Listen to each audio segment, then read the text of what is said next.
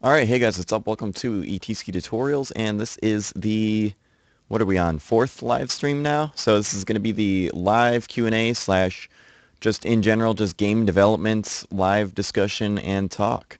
So how's everybody doing today?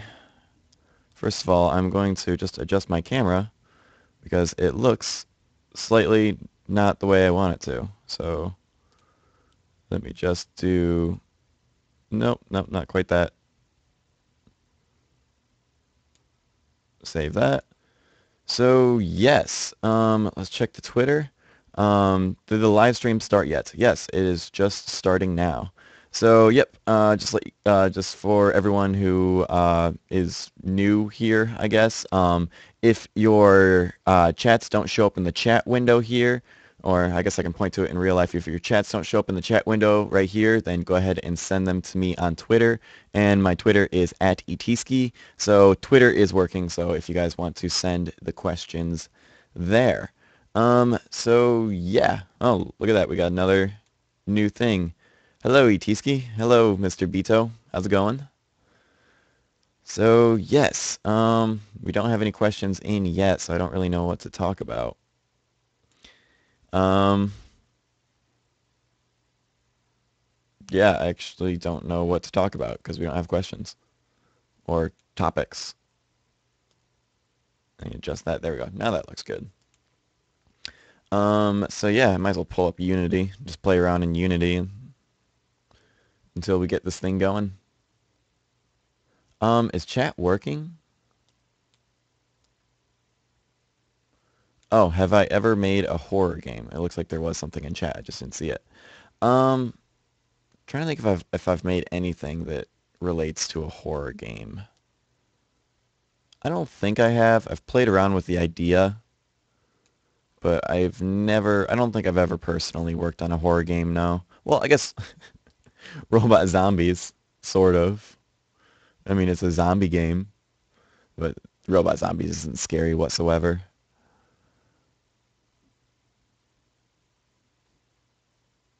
Um, yes, in Prototype Recoil, as of right now, yeah, the different colors do represent different types of guns. But I don't know if it will stay like that for the final thing. Like as you can see, like right now, I just have all of these different color blocks. We got a green, yellow, purple. Basically, I have like 6 different color. Well, I guess 7. Yeah, 7 different colored blocks. Um, and that was just temporary. I'm going to get actual models, but whether or not the actual models, or I mean, I don't know if I'll do models. I think I'm going to make all the guns just 2D planes with like pixel art on them. Um, so colors that gun shoots.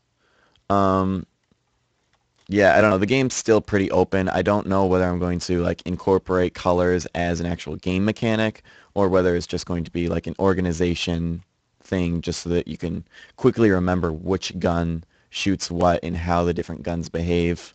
Um, so yeah, I don't really know exactly how I'm going to do that. Um, Here's a good question. How would you do a parkour system? Definitely with Unity's new mechanism system is probably going to be the most standard, like probably the best tool that you're going to have for animating. Because I mean, it's really easy to set up like a locomotion system where you can like make your player like lean to different sides as they're like running around corners and stuff like that. Yeah, I don't know. I'm trying to think if there's any other ways. Um, I did see somebody that were making a first-person shooter that was entirely physics-based and didn't have any animations to it. I wouldn't really call it parkour though, because it was, yeah, I can't remember the name of it now, but it didn't look fun to play. It was an interesting idea, but it looked like the players were too bouncy and it didn't really look fun to play. I don't know. I never played it though.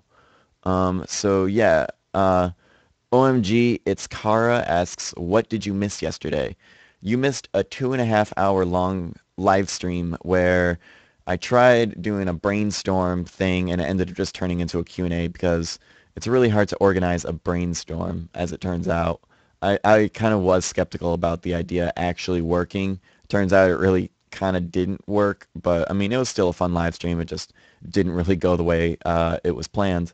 Um, let's see. How does that work? Are we still talking about the parkour system? Um, I don't know how much I can say much more about the parkour system. I can show you I, you can almost call it a parkour system. Um, but yeah, this is all of the animation blends. This is the animator used for the character in prototype recoil. Um, I probably should have used like a six-way blend tree or something like that, but this is my first time using the mechanism system, so still learning that. But I mean, I really like this system so far, and if I were to make a parkour game, I probably would definitely use the mechanism system and just standard animations and then just blend between them all, and that would probably be the best way to do parkour. All right, let's go to the next question on Twitter. Um, how did you learn Unity and programming in Unity? Just self-taught. Um, I'm trying to think if there's any other sources. I mean, I've answered this question before, but like I've taken classes, but I'm trying to think. I took a programming class, I think, when I was in seventh grade, so that was probably like 9 years ago. And all we learned was like basic. It wasn't even visual basic. It was just basic. And yeah, that didn't really translate over into Unity. So yeah, pretty much everything that in Unity is just self-taught. I just learned from the forums. I learned from just Googling Unity, reading, watching tutorials. Uh, and now that I've been doing tutorials, I've actually learned a lot from doing tutorials because like if you guys have ever heard any like teachers or anything say that like you actually learn a lot by teaching others, and that's really true, especially in video game design, because you really like in order to explain something to random people on the internet through a video, you have to have a good understanding and you have to organize yourself to know what to put in the tutorial. So yeah, I mean, doing tutorials was a great way to learn too. I've learned a lot from tutorials. All right, looks like we got a lot of stuff coming in the Twitter. Um, how old were you when you learned Unity? What is your profession, and how did you learn Unity programming? I guess this is kind of just going off of the question I was already answering. Um, but I started using Unity about 2.5 years ago, and I am 22 right now, so I guess I started using it when I was 19. Yeah, when I was 19. But yeah, there's really no age limit on Unity. Like I've met people, like I think I've met probably the youngest person I've met is probably like 12. Like it seems like for some reason it seems like the age of 13 is when most people start. Like I don't know what it is. Like I think I've probably met a 12-year-old. I don't know, but like 12, 13, that's like pretty much like the youngest age that I've seen people use Unity. But I mean, I really don't doubt that um I really don't doubt that a really like a 10-year-old could use Unity. I mean, kids are smart these days. Um, Continuing on, how old are you? 22. Kind of already answered that. Mr. Beto, I have a question. I want to switch over scenes with triggers like a player goes close to a door, but I have multiple triggers. So I assume you're talking about triggers as in colliders. Um, Whoa, it hurts that he started using Unity when he was 9? Dang. So it turns out, yeah, I said 10 years old, but I guess 9-year-olds can use Unity too. That's pretty crazy. Yeah, kids these days are smart. It's crazy. I don't think I did. I'm trying to think. Yeah, I think I must have been like maybe 12. 12 or 13 was when I first got into any sort of game development, game design stuff. So, but yeah. Oh, let's go back to the multiple triggers thing. Um, Actually, well, there's like 100 different ways that you can switch over between scenes. I'm guessing you're talking about like switching the player over, and keeping like, what gun the player has or how much health the player has and all of that stuff. The two ways that I know of that can work are using player prefs to save all of them. So you save like, like say you save what gun your player has as an integer, and you just remember which integers are which guns. And then you can also, save your health as a float, and you can just individually save all of the information that you want to get transferred over in between the two different scenes. And then the other way is to use don't destroy on load, I believe is a function. Like I think it's like game object dot don't destroy on load, or no, it's just don't destroy on load game object, and then your player won't get destroyed. You have to be careful with that function because you could, like, if you start resetting the scene, you could potentially start duplicating your player because the player won't delete itself. Or I mean, it'll just keep on creating new copies, and then as you're switching scenes, like you just got to be careful not to create multiple copies of your player. Um, so yes. Um, Angry Swamp Donkey, that's a great name, asks, "Are you a good modeler?"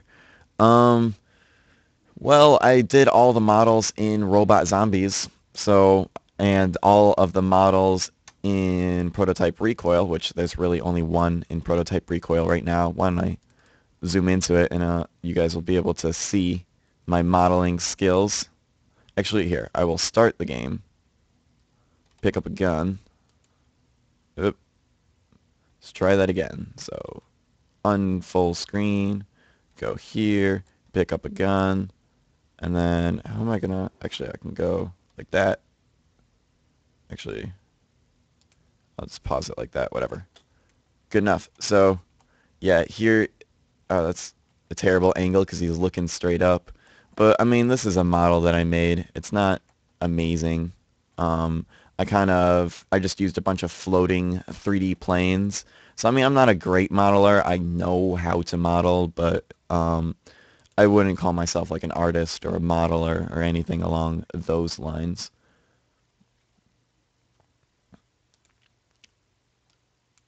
All right. These Twitter messages are coming in fast. I have a problem I use a lot of. Okay. I assume, I don't know. Um, I'm 15 and I started when I was 13. That's pretty cool. Yeah, that seems to be a good age that just a lot of people start with. Hi, I'm working on an FPS game. I'm using a lot of variables. Animator. Oh, in the animator. Do you have any advice for reducing the amount of them? Hmm. Um, yeah. I guess let me go back into Unity and I'll show you the variables that I use. If there we go. So let's go into the animator, and actually I'm going to go like that and make Unity really small. So then I can go here and then do that. Okay, so you can see all of the variables that I'm using. I'm using 6 variables. So I have a Boolean for running, sprinting, jumping, double jump, grounded, and speed. Um, so I don't know what your animator looks like. I'm assuming that I mean, like maybe I would say too many is if you have like one variable per animation. So what you want to do is, let's see, how am I going to do this? I'm going to make Unity bigger, unfull screen, and then select an animation, and then go here into the inspector while I have, let me just show you that I have an arrow selected, that blue arrow. And then if I scroll down, we can see the conditions about whether or not we are going to play that transition. So you just use like multiple variables in your conditions and combine them. Like I think in some cases, like some of my animations, I might be even using like yeah, like this one I'm using 3 conditions. I might have one where I'm using 4 conditions. But yeah, I would say like just combined multiple conditions with all of the different variables that you have, and that should hopefully reduce the number of variables that you have. I'm just kind of assuming how you're making your system work. I don't really know for sure. That's the best advice that I can give at the time being. All right. Um, so yeah, cool. It looks like I'm actually caught up with the questions. Dang. Just seeing if I missed any.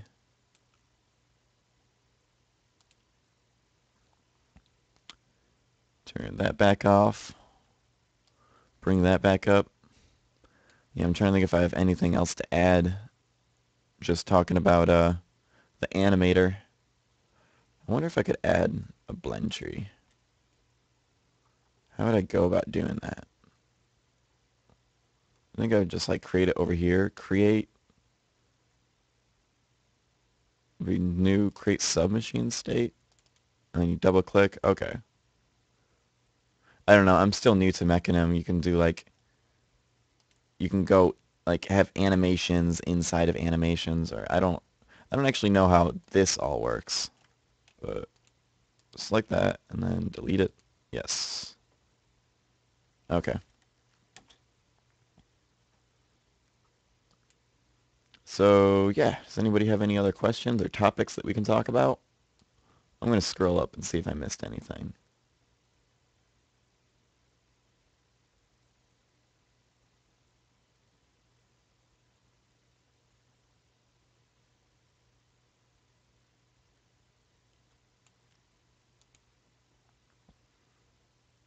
All right. Why did you call yourself Itiski? Um, because it's really unique. Like if you Google search Itiski, nothing else comes up. So the way that I'm just getting distracted by resizing my video chat here. Let me just see if yeah, perfect. Okay. Um, so it started off as an Xbox Live name because I always went by ET because those are my initials. My real name is Eric Tereshinsky. So ever since I was little, I was like, oh, ET extraterrestrial. So I always went by that. And ET is taken everywhere. So on Xbox Live, I just came up with ET Ski. So I combined it ET and my last name and came up with some sort of weird spelling. Um, and yeah, so it just kind of stuck, and then I used it on the Unity forums after I used it as an Xbox Live name.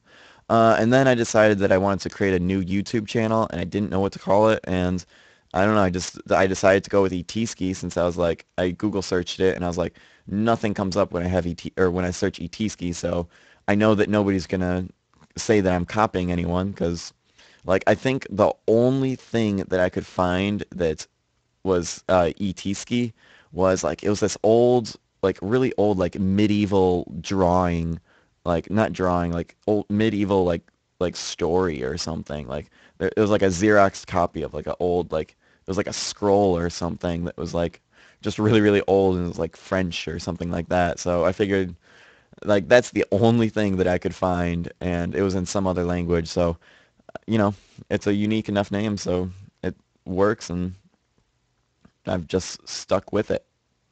Um, there's a clear pixelated border between my terrain and sky. How do I blend between both? Hmm. Um, a clear pixelated border. Do you have anti-aliasing turned on? I don't think I've ever had that problem. Um, clear pixelated border. Is it pink?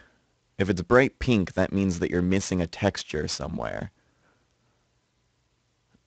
I've seen that before where you see like bright pink things in between objects, and that just means that you have like an unassigned face that's like unassigned in the UV mapping. Or no, I think it just means that that particular um, face is just missing a material. I think that's what the bright pink means. So that could be what's happening to you. Not sure. How much time do you spend in Unity each day? Depends what I'm working on. The most I've ever spent is probably like 10 hours in a day. Like I've had days where I've just worked the entire day where I've just like crunch timed it out. But I mean, there have been like times where I'm just working on textures and I'm just working in Photoshop and Lightroom and I don't even touch Unity for a couple of days. Um, so yeah, it really working on. But yeah, if I'm working on making a game, which I am right now, probably spend like well yesterday.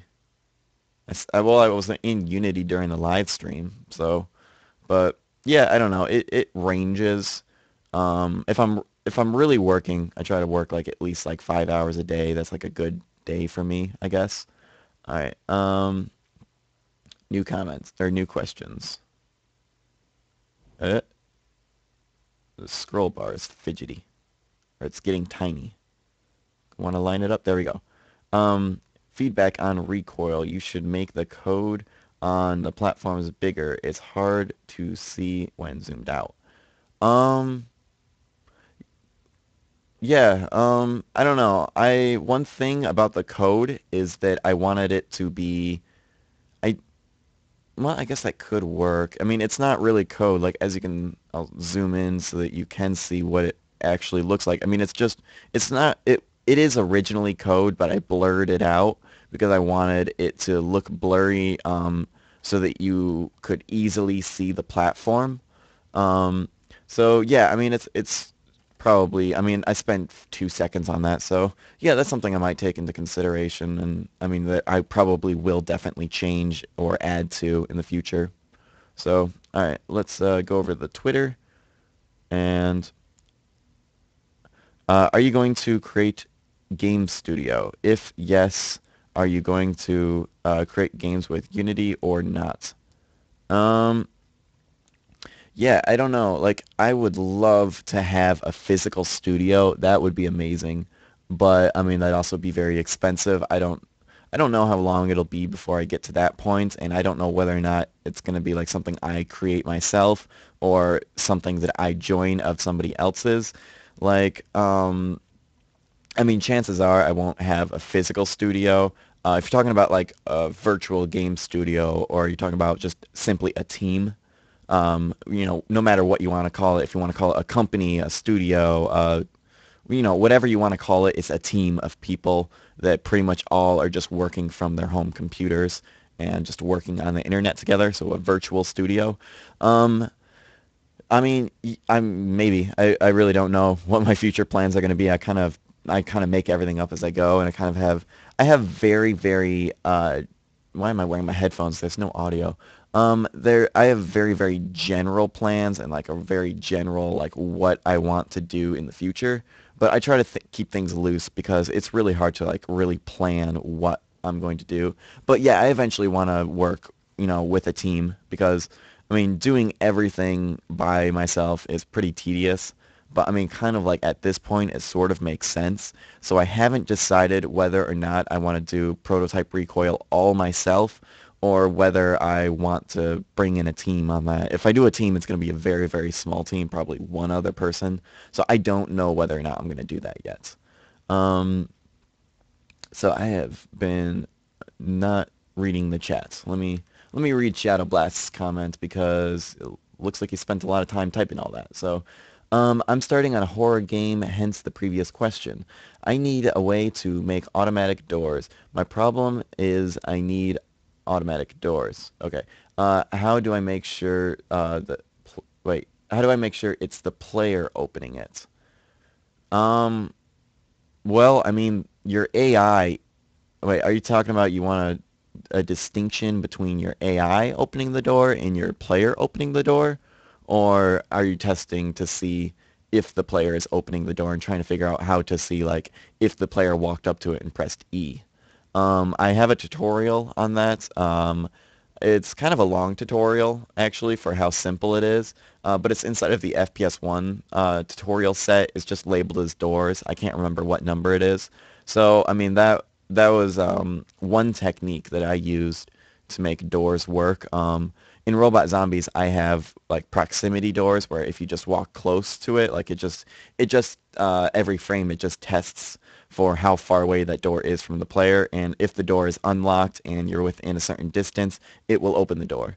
No, I'm trying to make it so you don't have to press a button.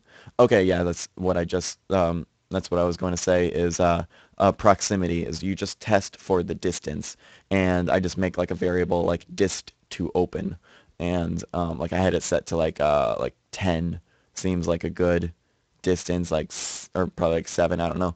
But yeah, it's just like a proximity thing, and then you just play the animation to open the door, and just to make sure that you have your animation settings to make it so that once it gets to the end of the animation, it just stops, and then it'll stay open. And hopefully if you have it all set up right, all of the colliders that you have attached to all of the different pieces, like if you make the door or if you animate the door in Unity, then you just have to make the colliders attached to the game objects that are moving. But if you animate it in something like, say, Blender or another 3D modeling program, you're going to want to attach the colliders to the bones.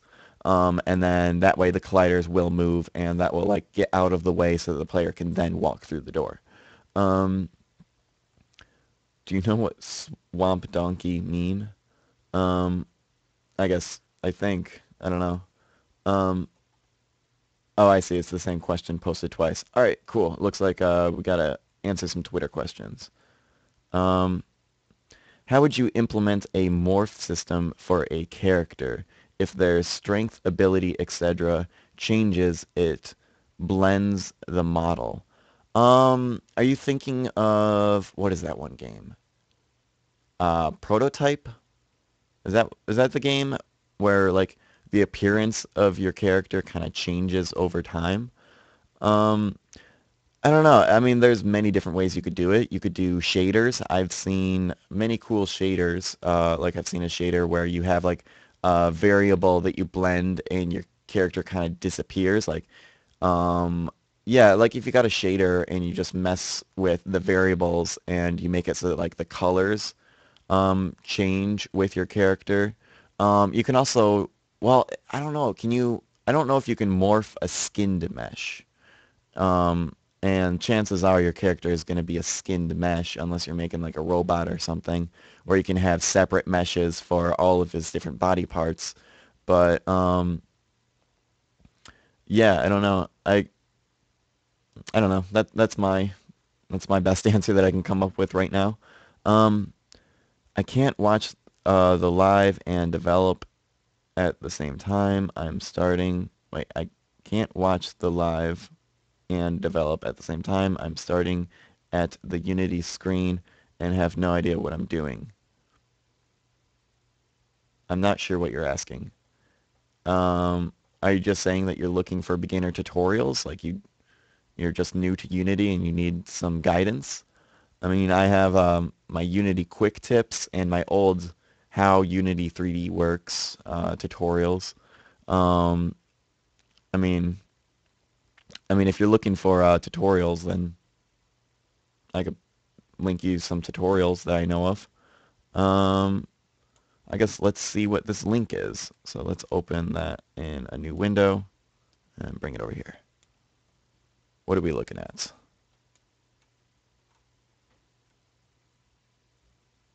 Oh, this is the yeah. This is I forgot who it was, but somebody was talking about how there was a jaggedy line between the sky and the ground. Yeah, that looks like you just need to turn anti-aliasing on. I think that's the only thing that you could do in that situation. Is that a physical ground? Because if it's a physical ground, yeah, there really isn't anything. Like if you like anywhere on the ground that you can see that you can walk to, um, yeah, if it's that kind of a game, then there's really nothing you can do um, besides turning on anti-aliasing. And if it's not a physical ground, like if that's just in the background and you don't ever interact with it, what you could do and what I've done in Robot Zombies is that I made it a virtual camera that basically I made a camera that is scripted to copy the exact same movements as the main camera. Like it changes the camera angle and it changes the rotation. So just the rotation and the camera angle. And then it's sitting inside of an inside-out sphere and has like a ground under it. So you could potentially like create your scene that looks all nice and smooth and just have your camera looking at that and then use that instead of a skybox. I mean, or you can try to find a skybox that has the ground in the skybox. Um, but yes, I mean, there's a couple ways of doing it. But I mean, for your case, I think just anti-aliasing. Oh, why don't I turn on? I'll zoom in so that people can see what I'm talking about. But you can see the pixelation between the ground and the sky right there. All right. Let me just make sure I'm not missing anything. All right. And I need to get rid of that so that we can see this. And yeah, come on, Twitter. All right. Alexander Mayer asks, will you ever create general programming tutorials? I often find myself stuck in code when creating other games than shooters. Um, are you talking about just programming within Unity? Uh, yeah, I think so. That's something I definitely want to get into, and that's something I was sort of trying to do with Unity Quick Tips, except Unity Quick Tips doesn't I don't know. It hasn't gone much into programming yet, but I haven't done a Unity quick tip in a while. But now that I have XSplit, I plan on trying to crank out a lot of them. So yeah, that's something I'm definitely going to try to do. I'm trying to think if I have any right now. I have an old one where I do like an introduction into JavaScript. That's inside of the How Unity 3D Works playlist on my channel. If you're interested in those. All right, so we got a lot of tweets coming in. Where were we? Okay. This is a great one. Do you like McDonald's? Unfortunately, I do. It's like I like McDonald's, but I never feel good after I eat McDonald's. It's like I'll eat it because I know I want that like salty greasiness, but I know that it's so bad for me. So it's like a catch-22. I love it and hate it. So I don't know. I don't usually ever get like burgers from McDonald's. I usually get fries. Like I can get like fries from McDonald's and not feel bad about eating those because it's like eating chips. I mean, it really I don't think it does anything to your body. It just goes in and out and it's not good for you, but I don't know if the fries are necessarily terrible for you. I actually no, I know they're not good for you, but that's enough talking about McDonald's. Um, is the character inside a computer? If so, I think a cool idea for the levels would in the CPU, GPU, and motherboard. Oh, that is a cool idea. So like make like the different like levels and sectors, like different parts of the computer.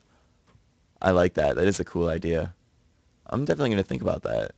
Because, I mean, the one thing is that I wanted to make the artwork very easy and quick for me to make and try to come up with tricks that I can kind of like trick people into thinking that I did more work than I really did. But yeah, that's a cool idea. I'm going to keep that in mind. Um, play this. It's a stealth web player demo, not mine. I'll... Wait, then why is it in a Dropbox? Whatever.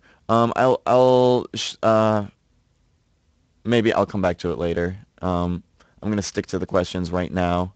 Um, is the animations for Prototype Recoil yours or somebody else's assets? They're mine. They probably look better than they really are, just because of, well, probably because of the animation blending. That definitely helps. But yeah, I mean, like, let me zoom into the running animation. Like, if you really analyze the animations, they're not great at all. And I didn't even use inverse kinematics. I just kind of like skipped through it. And then also the head and the arms aren't animated. They are coded to look at the mouse and they're just a child of the torso. That way they kind of move with the animations. So the only thing I animated was the torso and legs. and the legs are just like two bones. Like the character doesn't even actually have toes. So, but yeah, the animations are mine. Um,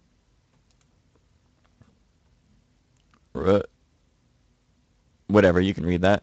Um, do you know a path find system different from the one you showed in FPS 1.38? Um, Yeah, Brilliant Game Studios is definitely the best AI pathfinding system that I know of.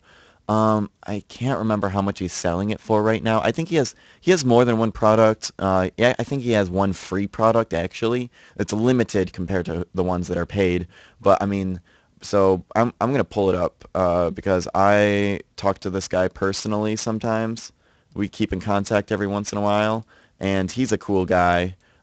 Actually, the Tornado Twins featured his AI pathfinding, which I was a little bit upset about because the Tornado Twins forgot to mention that they didn't make the pathfinding. Like, I have no problem at all that the Tornado Twins featured his pathfinding on their channel, but I didn't like how they didn't emphasize that they did not make it, and like they really should have given him more credit than he really got. Like it was like in the description. Like I was watching it and I was like, wow, I turns out the Tornado Twins really do know how to code. And like I was looking at the system, I'm like, this looks familiar. And then I see in like in the description, like it's like hidden in the description that it was Brilliant Game Studios.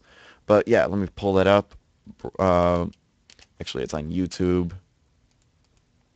But yeah, this is a really cool guy, and he has the best pathfinding I have ever seen in Unity, and probably just in general. Like it's really cool. It can do a lot of things, and it's like dynamic, and like if like he was showing like if you like he was just dragging and dropping around objects, and you can like have like the enemies will like recalculate the grid and walk around an object, so you can have like say like if a tank is sitting there, that it'll recalculate and walk around the tank, and like they can climb up ladders and jump and like all this other crazy stuff. Brilliant Game Studios,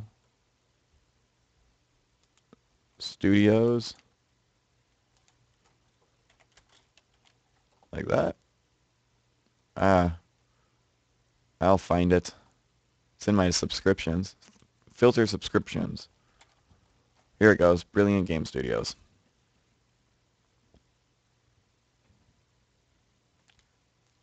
So, yep, that's the channel. Doesn't there? I'll pull up one of his videos. Like this one. This is a cool one. So I'll just mute that and let that run in the background for a little bit. But yes, let's start answering some more questions. Yeah, let's make that a little bit bigger for you guys. There we go. So you can see the red is where it's dynamic. So yeah, check this out. Like this like water tower falls over, and the AI is still able to like walk around it after it falls. So cool. Um, let's see. Have you ever made a train generator or any other random generation like dungeon generator because they are fun to make? Um, and I don't think I've ever done any procedurally generated stuff actually. I'm trying to think if even if in one of my old games. No, I don't think I ever have messed around with that. That would be cool though. I wonder if I could do that in Prototype Recoil. That would be good. And then like I don't think it would actually work in Prototype Recoil. Alright, how do you animate? Blender is what I use. Most 3D modeling software programs have a built-in animation system. Blender has a really good one. It's a little bit tricky to use, but it's very powerful once you understand it. The biggest thing about Blender is there's a button that has a little F on it. Make sure you press that button, otherwise you will lose your animations. So if you want to Google search that, you search fake user, like Blender fake user, and that'll be the information you need to know on how that F button works. Yeah, if you don't press that, you'll lose your animations. But yeah, Blender's really cool. It has inverse kinematics. It has other stuff. But yeah, and you can do animations in Unity if you don't want to get another program. But Unity's animation system, I mean, not Mechanim, but like actually building the animations from scratch in Unity, it works, but it's not great. Yeah. Um, Non-Unity question, what games do you enjoy and why? I enjoy indie games because I learn from them, and they have a much more personal touch than AAA games. I don't, yeah, I used to enjoy a lot of AAA games. There's still some AAA games that I'm looking forward to, like Half-Life 2 Episode 3. I have been looking forward to that forever. I can't wait for that to come out. Pretty much anything that comes out of Valve, I'll play. But I mean, that's like the one game that I'm like really, really can't wait for. It's been in production for so long, though. As far as like indie games though that I play, I don't know. I don't think I play games as much as I really should. I should play more games, but I've been playing like Braid. I did download what was it, Deus Ex: Human Revolution because it was on sale, but I played the first like hour of it and just haven't gone back to it. I don't know. Luckily, it was on sale. I don't know why I haven't wanted to play it. It is a cool game. I don't know. I just haven't had the desire to go back and play it. But yeah, just indie games and games that I can really relate to and learn from. So yeah, Braid, anything from Team Meat or yeah, oh, I can't wait for what was it? The Witness, by the guy who made Braid, Jonathan Blow. I'm really looking forward to that. So yeah, that's pretty much the games that I play. Um, Are you using Playmaker for Unity? I am not, but I have heard good things about Playmaker. Um, I haven't used Playmaker personally, so I don't know everything that it can do. But I do know that I think you can like build an entire game off of Playmaker. I know that with Unreal, the UDK, the Unreal Development Kits, has something called what was it called? Kismet, which is the equivalent of Playmaker, and the game Cube, which you can see on my ETSki 2 channel. I did a gameplay of it, Cube. That entire game was made with Kismet, and that's a pretty elaborate game. So if Playmaker is roughly as powerful as Kismet, which I think that it is, because I've heard good things about it, so I assume that it's good. And I mean, Unity is a little bit more open with its coding. Actually, I don't know that for sure. Don't quote me on that. But yeah, so yeah, I've heard good things about Playmaker, but I haven't used it personally. I do all my coding from scratch. All right. If the enemies will be viruses, then the character should start in a very safe area and eventually move to an infected area. Red. Um, hmm. Yeah, I mean, it definitely is. I definitely need to ease the player into how the game plays. Like, um, I don't know. Like, I got to find the right balance because I don't want to bore players. Like, I don't want people to get bored waiting for the game to get fun for players who like pick up on it quicker. And so, yeah, I'm gonna have to find like maybe like if I can make something that's like optional, like kind of like an optional way of like an optional to not necessarily a tutorial, because I don't think this game would really fit with like a tutorial. But if I got some gameplay that you don't have to actually go through if you don't want to. I don't know. I'm gonna have to come up with something that. But yeah, that was a problem with Prototype Recoil is when I released it. Is like it tells you how to play, and then it jumps into the action, and it's like it goes from like okay, I can do this to like holy shit, this is hard. And so yeah, I gotta. That's something I'm gonna have to definitely do in the future. All right.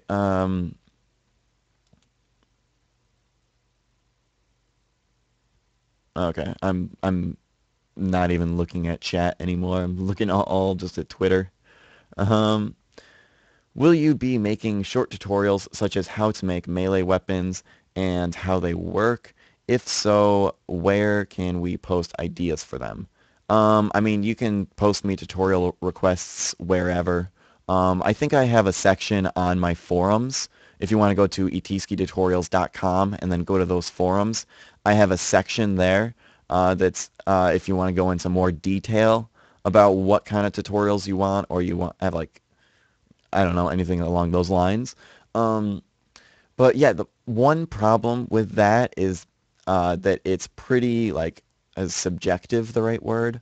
I don't know, but like stuff like making melee weapons, like there's no one way to make melee weapons that's going to work across like all games, all game genres, or just however you set up your system.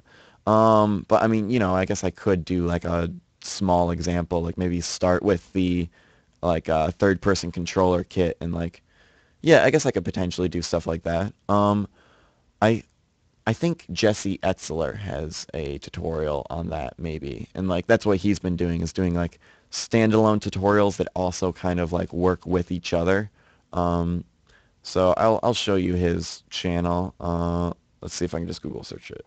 No, I can't. So let's go back to my subscriptions, and here he is. So I'll make this. I'll zoom in so that you guys can see his channel name. There it is.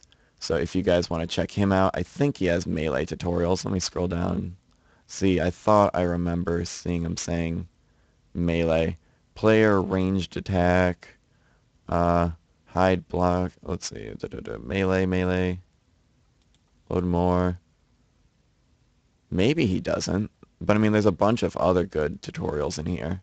I really want to say that he had melee in here. But dang, how many tutorials has he been coming out with? Dang, like he, like, okay, I think that's all of them. Maybe he doesn't have melee, but he has a bunch of other good ones. Um, yeah, so a lot of good tutorials there. He like just came out with them all, and he's really growing his library of tutorials really quickly. He's a cool guy too. All right, just read that question, so let me scroll up. Do you have a basic understanding of how computers work? It's a good idea for game devs. Um, I have a limited understanding. I kind of learn more and more. I mean, I built my own computer, so I know enough to like be able to buy separate parts and be like, this is a good part, and like these parts will work good together. I mean, nowadays it's not really that hard. It's just a matter of like which one you want to buy and which one has the best ratings for, or has the best power to price ratio. Um, so, I mean, yeah, like I think the most important thing to know is the difference between CPU and GPU and how those work within your game and how to performance optimize your game and know whether or not that your game is being bottlenecked by the GPU or CPU. So yeah, that's another thing that I never understood what bottlenecking meant until I actually started getting into performance optimization, and then I had a full understanding of, well, not full understanding, but I had a much, much better understanding of bottlenecking. So I guess let me explain it real quick. So bottlenecking, um, like people, there's a common misconception that people think that like, oh, your CPU will bottleneck your GPU, or like you won't get the full power out of either one. And people think that it's like the same across the board, when really it depends on what game you're playing, because some games have really, really intensive code and behaviors inside that game, or just in general just use the CPU more. And there's some games that just graphically, like maybe the game itself, like nothing's really happening in the game that's cool or intensive, and it's all graphics. Then it's your GPU that's being used more, and I guess your CPU is being bottlenecked. But yeah, so yeah, I guess that's the basic understanding, or my basic understanding of computers. All right, where was I? Okay, that's where I was. Um, do you have any tips about not giving up and trying to finish a project? Keep your project small. Um, because whenever you come up with a project idea, it's always, and you always like, and you like guesstimate how long it's going to take you, it's probably going to take you twice as long, no matter what you guess. Um, so yeah, keep your projects as small as possible and don't overshoot your goals. Because if you try to make a game that's just way too crazy and like if you're trying to like copy AAA games, or like if that's like the inspiration you're taking, your goals are too high. You, I mean, I don't know. I guess like you gotta like take a look at your ideas and like say like you have an idea for the perfect game that's just your dream game and you would love to make it.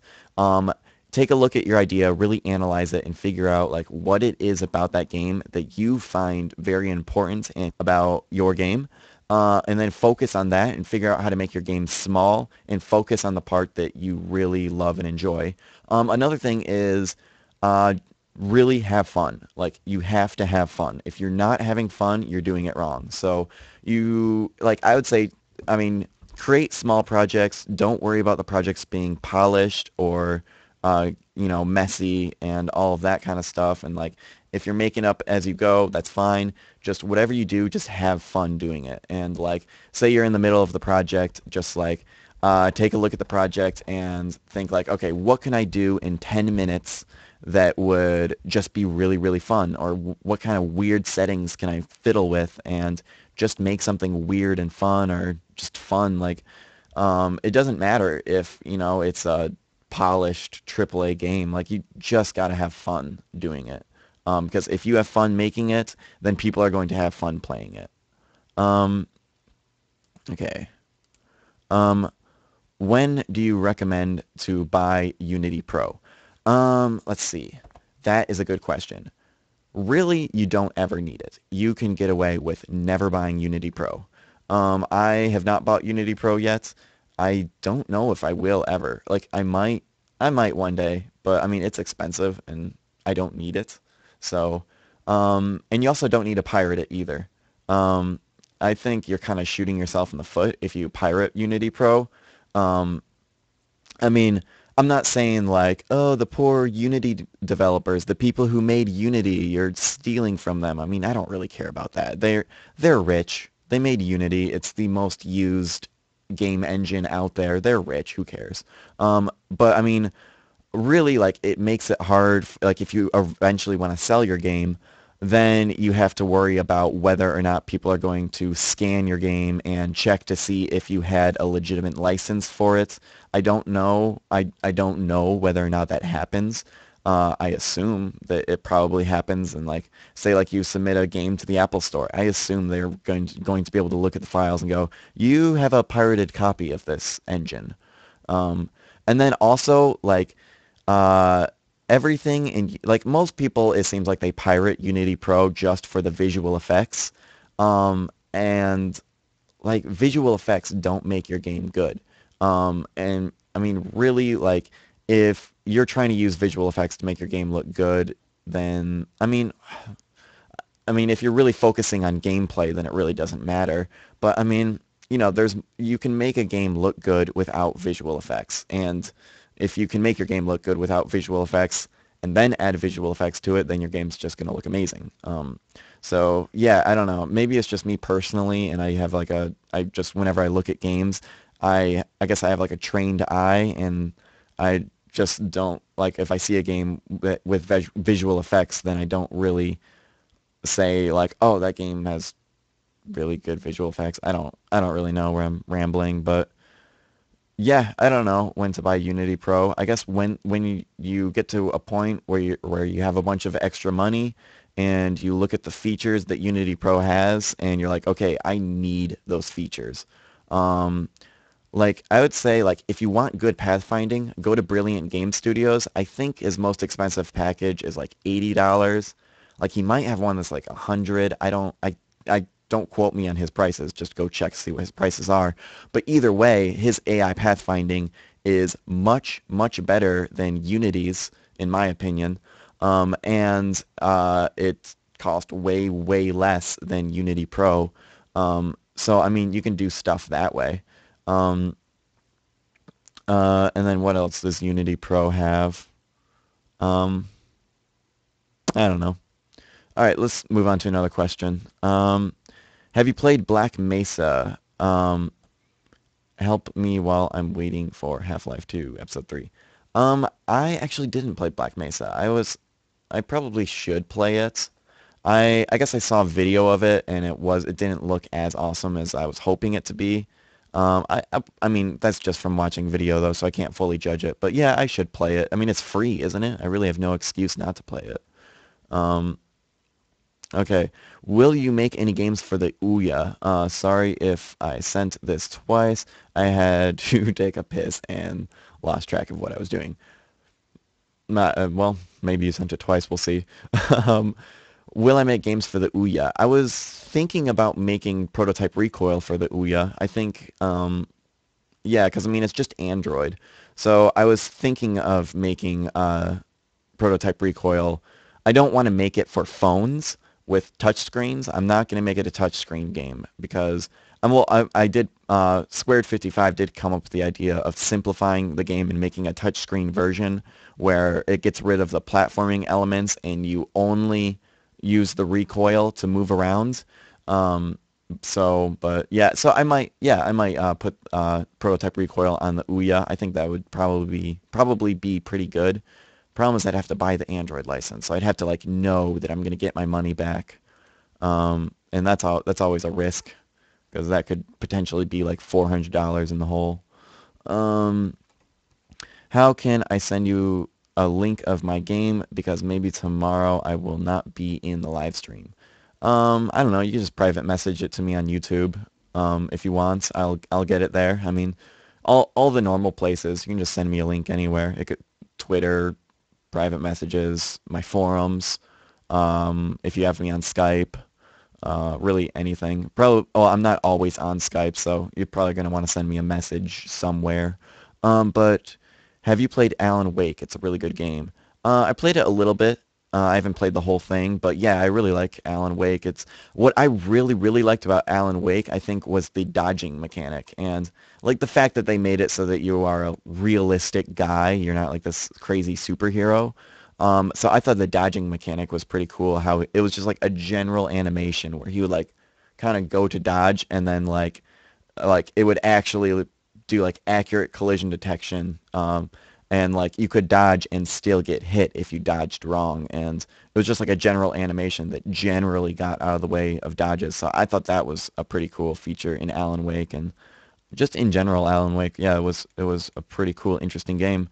Um, when I want to eventually polish my game, what do I need to pay for Unity? Um, nothing. Um, I mean, it depends on what you're doing. What do you mean polish? Do you mean like add visual effects? Like if you want to get Unity Pro and you want to put all of the visual effects and get rid of the Unity logo when the game first turns on, and I'm trying to think of what else. Yeah, just the visual effects and that pretty much. Oh, and then I guess Unity Pro also has a really good performance optimization analyzer where you can figure out if it's your GPU or CPU and exactly where your game is slowing down. So that's good. That's a good tool for performance optimization. But once again, you don't need it. It's just helpful. But you can get away with not using it. You just gotta be more careful with your code. Um, but yeah, I don't think you need to pay Unity any. I think once you start selling your game, I think if it's after you make like more than like $10,000 in a year, you got to pay a certain percentage to Unity if that's what you're talking about. But I mean, that's one of those things where, if you're making enough money that you have to pay Unity, then you're already making a bunch of money and that's cool and you have the money to do it.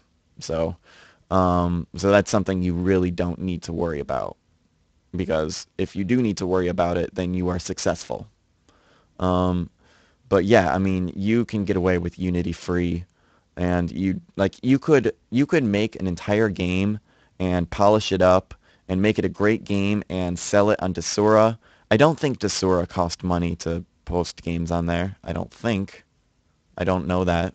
But yeah, I mean, you could potentially do the entire process for free and not pay anything.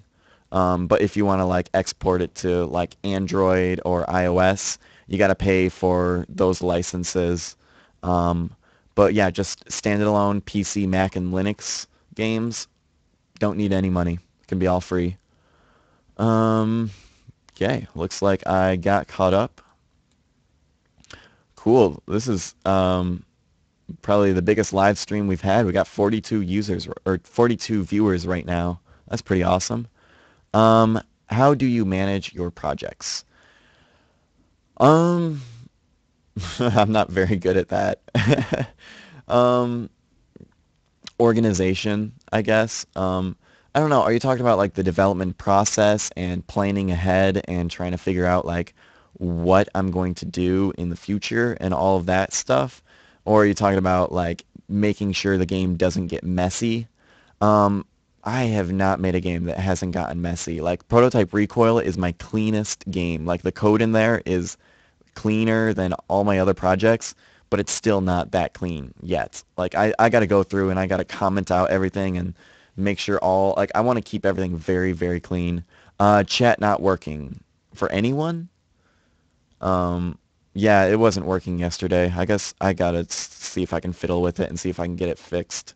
But yeah, I guess good thing Twitter is working. We got that. Um, but yeah, managing my projects. I'm trying to think. Let's talk about the planning side. Like, how do you plan it out? That's a good question. I don't even know. Because I mean, I've made 3 Unity games and I made a bunch of games before that. I don't really know. I guess I kind of make it up as I go and I kind of just plan. I mean, taking notes too, like writing on paper is very helpful and like a lot of things I do, like if I'm like crunching a game out, I'll list what things I need to get done like in that week and I'll just cross things off like as I get them done. Um, I guess that's some of the other ways that I manage things, but yeah, I don't really have like an exact management plan. All right, let's there we go. Um, I think you shouldn't make more than 4 to 5 guns. Make each gun very unique and have its own purpose. Don't make any throwaway guns. All right. Yeah, I think you might have been the same person that mentioned this yesterday, but somebody else mentioned the same thing. I think I agree with that. Um, I don't know though. It's kind of like a catch 22 almost. Um, because I think players really like variety, and I know I like variety. But yeah, I think you're right. I should have no throwaway guns. Like each gun should be unique. I don't know if I necessarily agree that it should be a small number of guns, but they should all be unique. I'll definitely strive for that. Um, but yeah, like right now I have 6 guns, and I would say wait, no, I have 7 guns, and I'd say they're all pretty unique. They all have their own functionality and features. Like I don't know, I personally think like 10 guns would be cool if they were all unique, of course. Um, so yeah. Um, where do you get inspiration? Other indie game developers and other indie games. Jonathan Blow is a big inspiration to me. The Team Meat guys are a big inspiration to me. Um, let's see. Rob Storm, who made Project Stormos, has been a big inspiration for my Prototype Recoil game because he also did a action platformer. Well, actually, it was an anti-platformer, but you know, you guys can check out my video on Itiski 2 where I talk for like 8 minutes about that game.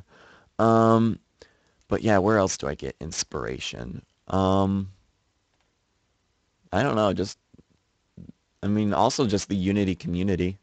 I get a lot of inspiration from all you guys too. I mean, um, yeah, I think also just all the feedback I get like from people watching my YouTube channel and watching my live stream. I mean, I have 40 people watching me now just talking. Like I'm just randomly talking with you guys and I have 40 people watching. Like that's pretty inspirational. Like that inspires me to want to work more. That people are tuning into this and you know are actually giving me feedback and that gives me inspiration like every day. Just seeing what people say and yeah. Chat is not working for anyone.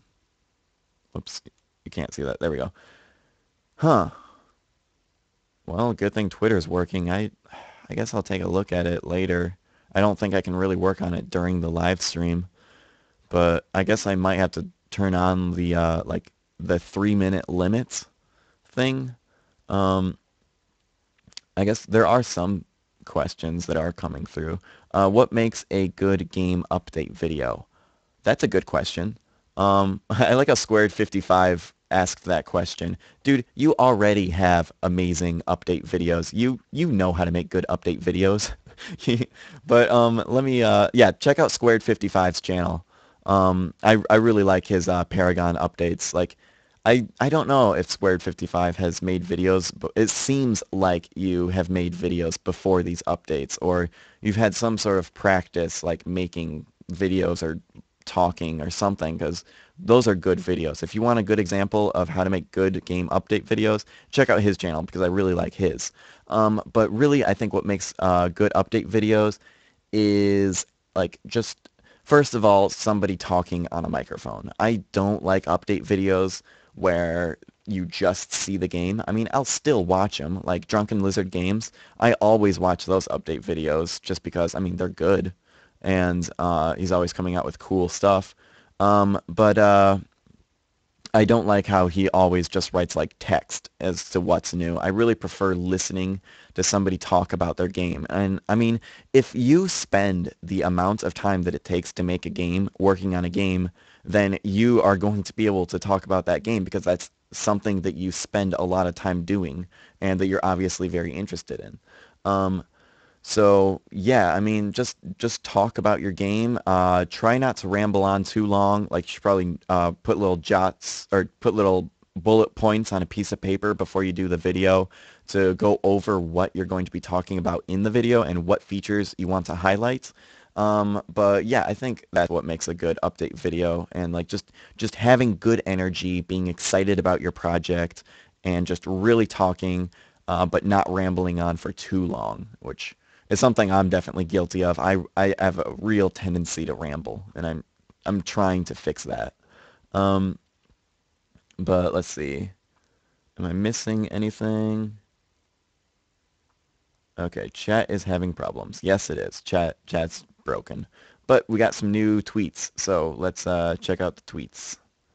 And will having more than one code component that inherit mono behavior on a game object hurt performance? Are you saying like having more than one script attached to a game object? I don't think that'll hurt performance. Um, and if it does, I mean, well, I mean, adding more scripts is going to make the game run slower. I mean, that's just the way it's going to work. But I mean, you're going to want to try to make your scripts run fast anyways. Um, but I mean, I'd say it's not enough to worry about. Like, if it does hurt performance, it's going to be a very negligible and a very tiny amount of performance, and chances are, like for your situation, it's just better to do the two scripts than, or two or more scripts than what it will actually impact you in performance. Um, does it work like this? Oh, you linked me to a file that is on your computer. I'm not sure. Well, I'm gonna have to come back to that, or you're gonna have to ask it again. I'm not sure what you're asking. Um, where are we? Okay. Um, if you were a developer of Unity, what would you add to a game engine? Okay, so like if I worked at Unity, what would I want to see in the game engine? That's a good question. Let's see. Something built into Unity to do modeling would be cool. I think a lot of people, kind of like how Unity has like, if you need to, it has animations. It would kind of be like, it would be nice if it was like, if you need to, you can model in Unity, but it's not going to be good. It's not going to be as good as like Blender or 3ds Max or Maya. That would be kind of cool. What else could you add to Unity? Um, I don't know. Unity's pretty good already. I don't know what I would add. I'd make the pro version free. That's just because I want the visual effects, really. All right. Taking a shower is a good inspiration method. Yeah, I guess I can agree with that. All right. Um, Seems like some great programmers have no creativity and some people with great game ideas struggle with programming. Why is this? That is a good question. I have met programmers that are really good programmers and but they lack that like yeah, like creative like just I don't know why though. I think some people just have a knack for creating, and then there's some people who just have a knack for just working, and they just enjoy working, but they don't really have the desire to really create and really like create their own thing. Um, and they just prefer like to just be good at the work that they do. I guess that's probably what it comes down to. Is like I think there are just some people like people who write, who make music, who draw and paint, and it can be anything, really any kind of hobby. There's just like there's some people who do it just because it's work and they're good at doing it, and there's some people that just have that need to create and to be creative. Like I definitely am one of those people. I need to be creative and I need to get my creativity out there. I got to show it to people. Like that's just something I have to do. All right. Where were we? Okay, that's what we just read. Um, where could I go for all my code studies? Are you talking about like schools? If you are in the United States, DigiPen. If you want to go into game design. But if you want to just in general, I mean, any computer science degree from any school, like if, I mean, it's going to be different depending on where you live and what schools you have available to you. I'm trying to think if there's anything else you mean by that question. Where do I go from like code studies? If you're talking about online resources, the Unity scripting reference is I always am I go to that every time I code. Like I've never worked on code and not opened up the Unity scripting reference. And then besides that, just Google. I mean, there's no one place for Unity anymore. It used to be just the forums, but now it's a mix between the forums, YouTube tutorials, Unity answers, and what else is in there? And just general people have tutorial websites. So yeah, I mean, you just got to Google for them because they're spread out all over the place, and Google's like the one way to find them. Do you have any plans on making a game other than a shooter? Are you talking about a first-person shooter or just any kind of game that has guns? Because I guess technically Prototype Recoil is a shooter. You have guns and they shoot. So I don't have any plans yet. Well, yeah, I don't have any concrete plans, but potentially, yeah. I mean, I'm making a game right now. I don't know. I guess I might as well give it a quick play in case.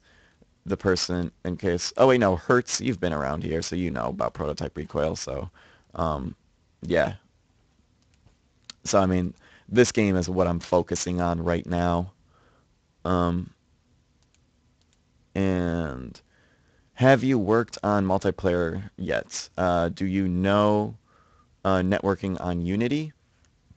Excuse me. Um, I haven't personally yet. I plan to. I will. I'll probably. Oh, sorry. I'll probably do a Dev Learns live stream. First, I'm going to do me learning C Sharp live. I'll probably also do it with multiplayer. I think that would be a good way to do it. But I have met quite a few people who are teaching themselves multiplayer and have been very successful on it and have been encouraging me to learn it too. So yeah, I mean that's something I definitely want to learn. I think Prototype Recoil would be really cool to have multiplayer in. I know a while ago I was talking about making Robot Zombies multiplayer. I haven't really had any desire to spend time in doing that. It's still a possibility, but I don't. I probably won't.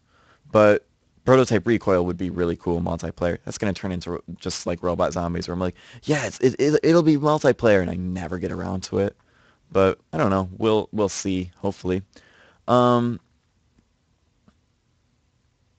Somebody said in chat, Dev Learns Live makes C Sharp multiplayer.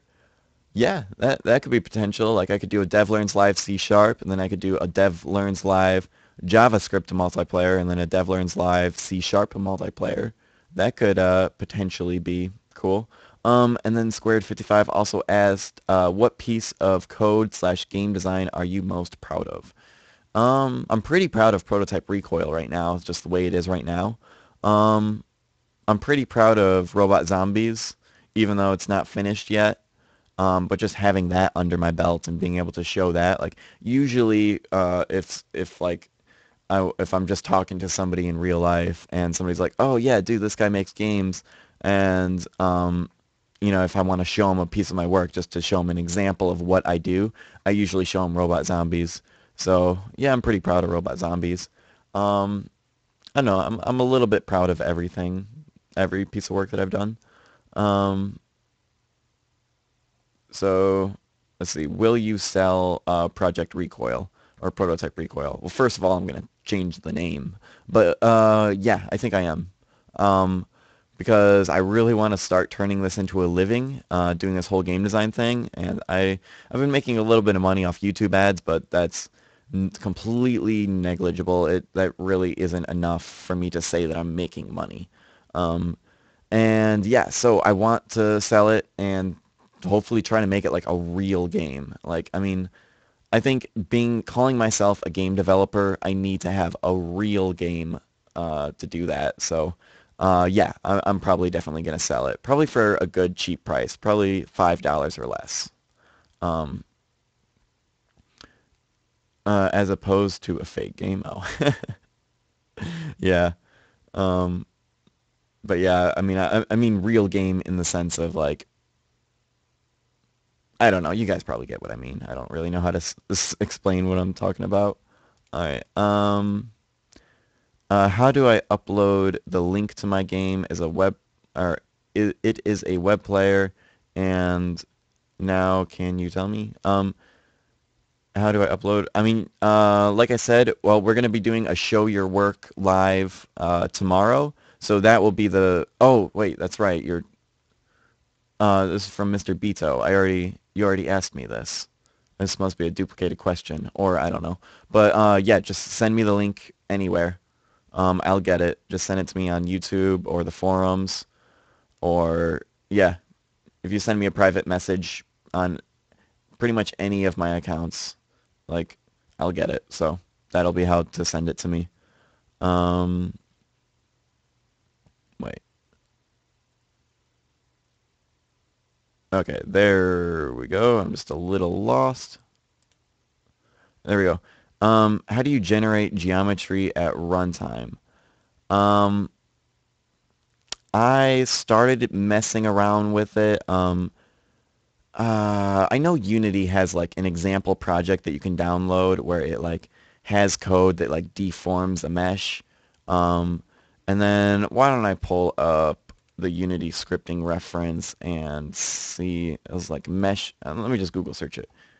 You, oops, Unity mesh deformation. Okay. All right, and let's see what I can see if I can find. It was like it was just in the Unities. What is this? This person was able to deform meshes. I remember this video. The person doing this to me. Mute that and skip the ad. There we go. But I can't find the link that I was thinking of. But this person I know has been deforming meshes, as you can see, doing some crazy stuff. And then I know Unity has an example project. And then let's go to the scripting reference and then see if mesh. Actually, I actually don't know it off the top of my head, but it has to do with just There's a function in script, but I don't know personally. You're just gonna kind of have to Google it. But it has to do. It's called mesh deformation. Um, oh, you're talking about generate it. Yeah, I guess it would be the same thing. The same technique that you would use to do mesh deformations is how you would want to generate geometry at runtime. You can like I think you need to create like an array of vertices and then somehow like make it work that way. Um, so yeah, you'd probably save it in like an array, I think, and organize it that way. Do you work on your own, or do you have a small team of riggers, modelers, animators? Right now, I'm just working on my own, doing everything I do, just doing it myself. Um, uh, I mean, maybe eventually I'll get a team together and work on a project, but as of right now, yeah, I'm just working by myself. So everything like you see in Prototype Recoil and everything inside of Robot Zombies, and my old game Galaxia Interface, which I'll probably make a video of Galaxia Interface one of these days. I keep saying that I'm going to. Um, but yeah, so far I've just been doing everything myself. Where are we? Will you sell Prototype Recoil? I already answered that question, but yes, I will, most likely. Scrolling too fast. Whoops. There we go. Um, when you have time, check out my Unity project you helped me out a lot with. I'll check it out tomorrow. If you're going to be here on the live stream tomorrow, we're going to be doing the Show Your Work live. I will definitely check it out then. And maybe I'll check it out after the live stream if I remember. But just for motivation, I taught myself multiplayer, and it's not that hard uh, that it seems to be. You're saying it's harder or it's easier than it looks. That's cool. Yeah, that's what a lot of people say is it's easier than it looks. The one thing that has been like scary for me is a lot of people say, "Oh, it's so easy," but then a lot of people say like it's easy to do it wrong. So I guess I'm not really scared, but I guess like if I start doing tutorials, then I want to make sure that I'm doing it the right way before I start teaching tutorials, and I want to make sure that I give people good information. But if my particular system is like not that great, then it's not that big of a deal because it's just one game as opposed to putting information out there that isn't the best information. Um, so yeah,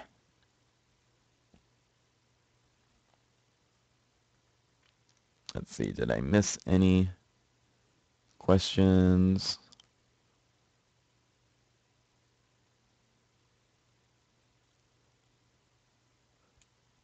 What is the effect called that blurs objects that are far away from the player camera, and how do you do that effect in Unity? I think it's called depth of field view or something. Yeah, depth of field. It looks like depth of field square or yeah, squared already answered that for him. But yeah, that's a Unity Pro feature, and I just screwed this up, and there we go. It's fixed now. Cool.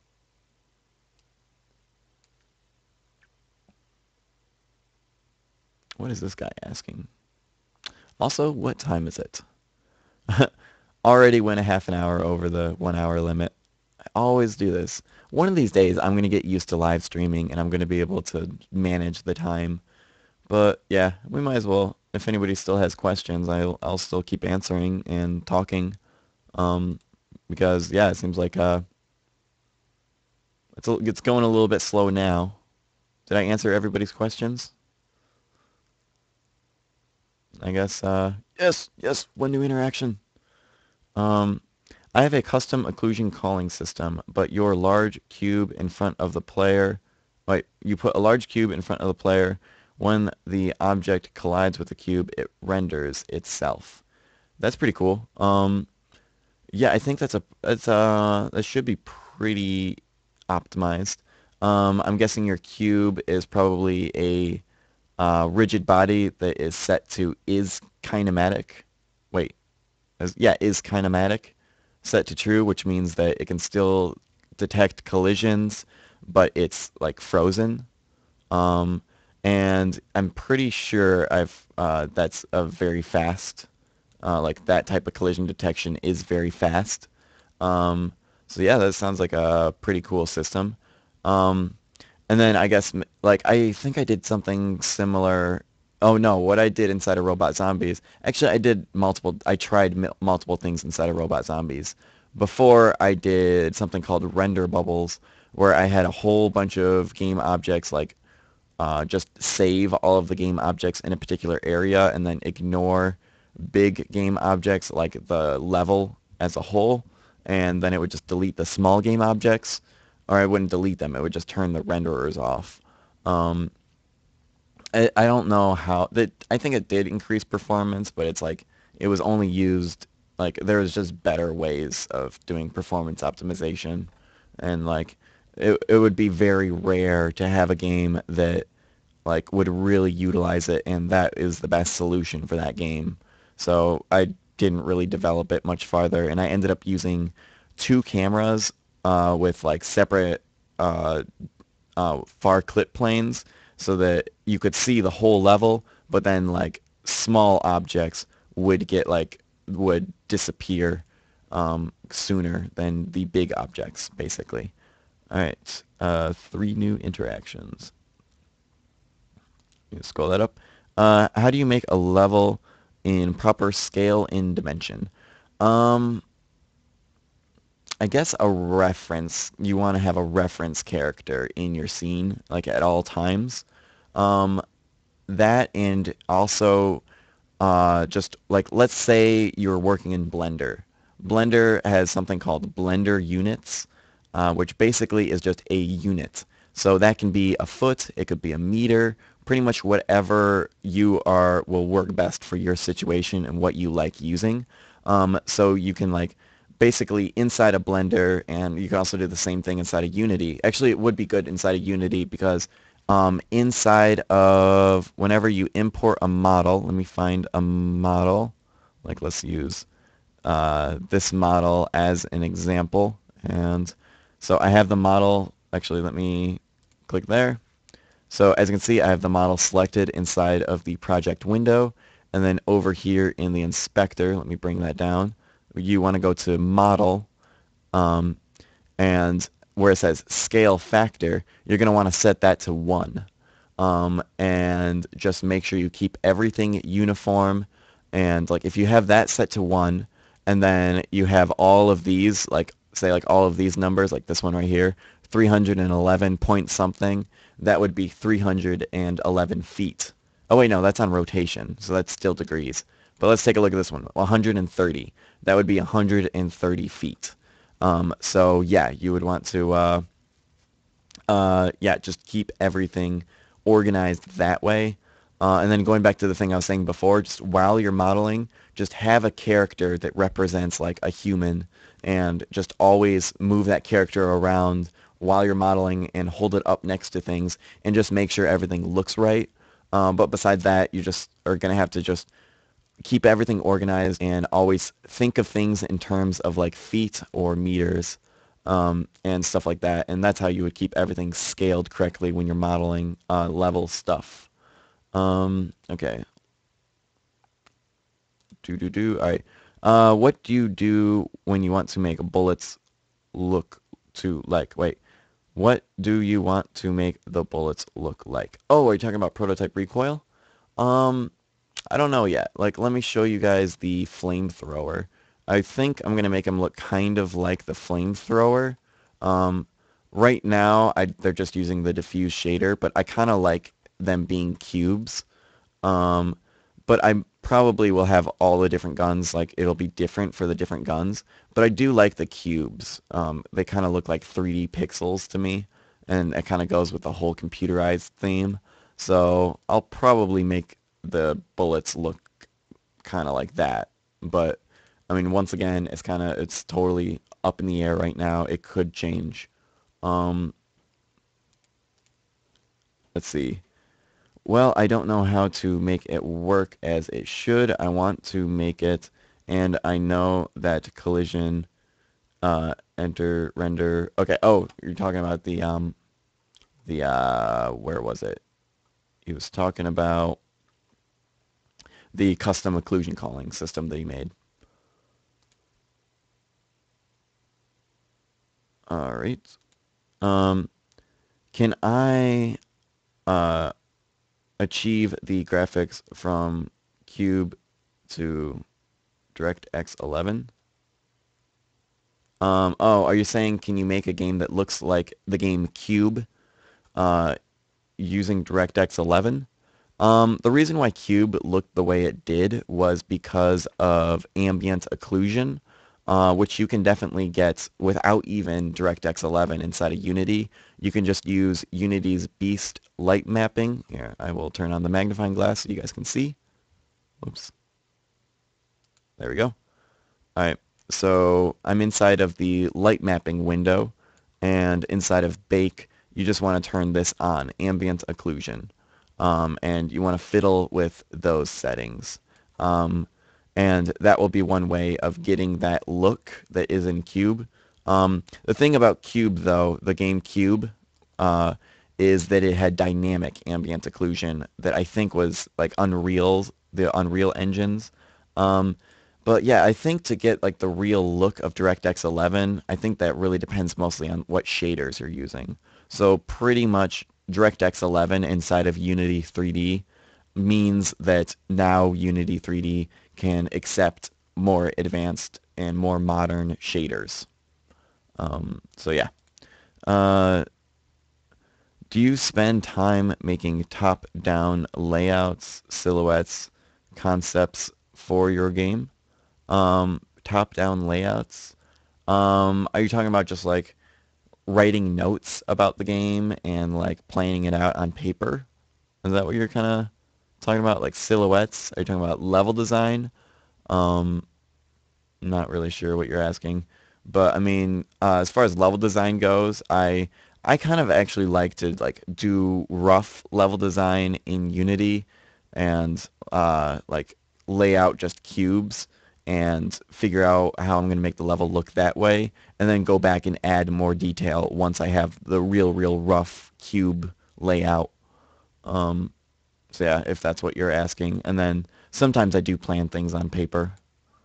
Um, which one do you prefer in Unity, Java or C Sharp? Um, well, I haven't learned C Sharp yet, so I can't tell you. All I've been using is JavaScript, and I like JavaScript, so, but I'm going to be doing a Dev Learns C Sharp live stream sometime in the near future. I don't know when it's going to be yet, but that's something I've been planning on doing, so I'll know better then. But I do have a video where I talk about the differences between C Sharp and JavaScript. It's in Unity Quick Tips. What is it called? I think it's just called C Sharp or or C Sharp versus JavaScript Unity Quick Tips. So that's on my YouTube channel. If that video pretty much goes over everything that I know about the two and comparing the two together. Um, how do you know to make a level of detail? Oh, do you know how to make a level of detail system? Um, I've seen it done where people like, I mean, I guess you could just save like an array, and then probably the fastest way would be, let me go to the inspector, is to change the mesh inside of your mesh filter. I've seen people actually delete game objects and then create game objects and organizing it that way. But I think that it would be quicker to just change the mesh filter. And then you're going to have to do all of your modeling and model all of the different meshes with different levels of detail, and then just make sure you keep your UV mapping generally the same so that you can use the same texture and material, so that way you don't need to switch that out. You can just leave that on, and then you only need to change the mesh filter, and then probably just save them all in an array and just create the script to switch them out. So yeah, let's see. Um, could you tell me about your upcoming tutorials? Let's see. Well, I have been really wanting to do a introduction to vector threes and introduction to quaternions on my Unity Quick Tips playlist. Um, and I probably will do a bunch of other Unity Quick Tips too. I'm going to be eventually doing tutorials on how I made prototype recoil. but at this point, I have no idea when that will be. At least a couple of months from now, I can say that. It might be more. But I eventually want to do that. And then also, I'm gonna be using XSplit to make tutorials. So that should help me come out with tutorials much quicker, and I will come out with more tutorials. So that's pretty much everything that has to do with upcoming tutorials. Um, Look the chat. Yes, I have noticed that a lot of things have been coming up in chats. Link to my game. Okay, sweet. So there's your link. I will show that tomorrow then. It'll kind of be a bummer that you won't be there for that, but you'll be able to watch it on YouTube um, and see people's reaction and my reaction and all that. But yes, let's look at the chat. Um, so I chatted about this lives, and wait, okay. Sorry I'm being quiet as I'm reading these. How long does level design take for me? Hmm.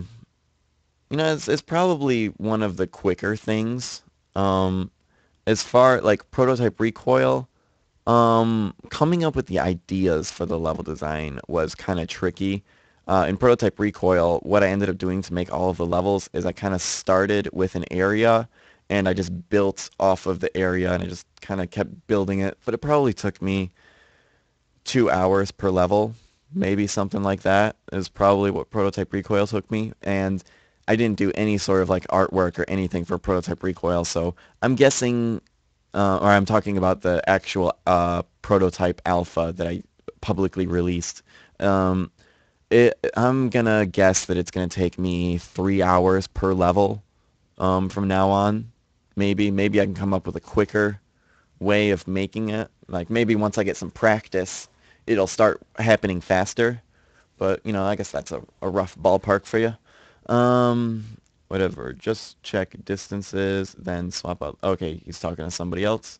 Um, how do you fight pirate copies of Prototype Recoil? Um, I don't think I'm gonna bother trying to stop piracy. I mean, pirates are smart. Like well, first of all, if my game is successful enough that people feel the need to pirate it, then that means that I was successful or that I will have in the future be successful if that happens. Whatever, I can't English. But anyways, I'm not too worried about it. I mean, people like if I stop pirates from pirating my game, they're still not going to buy my game. So it's either they're going to steal it and play it, or they are going to not play it. And either way, I don't get money. So I'd rather they just play it. So I'm not going to bother trying to stop pirates. And I don't really know any good unintrusive ways to stop it.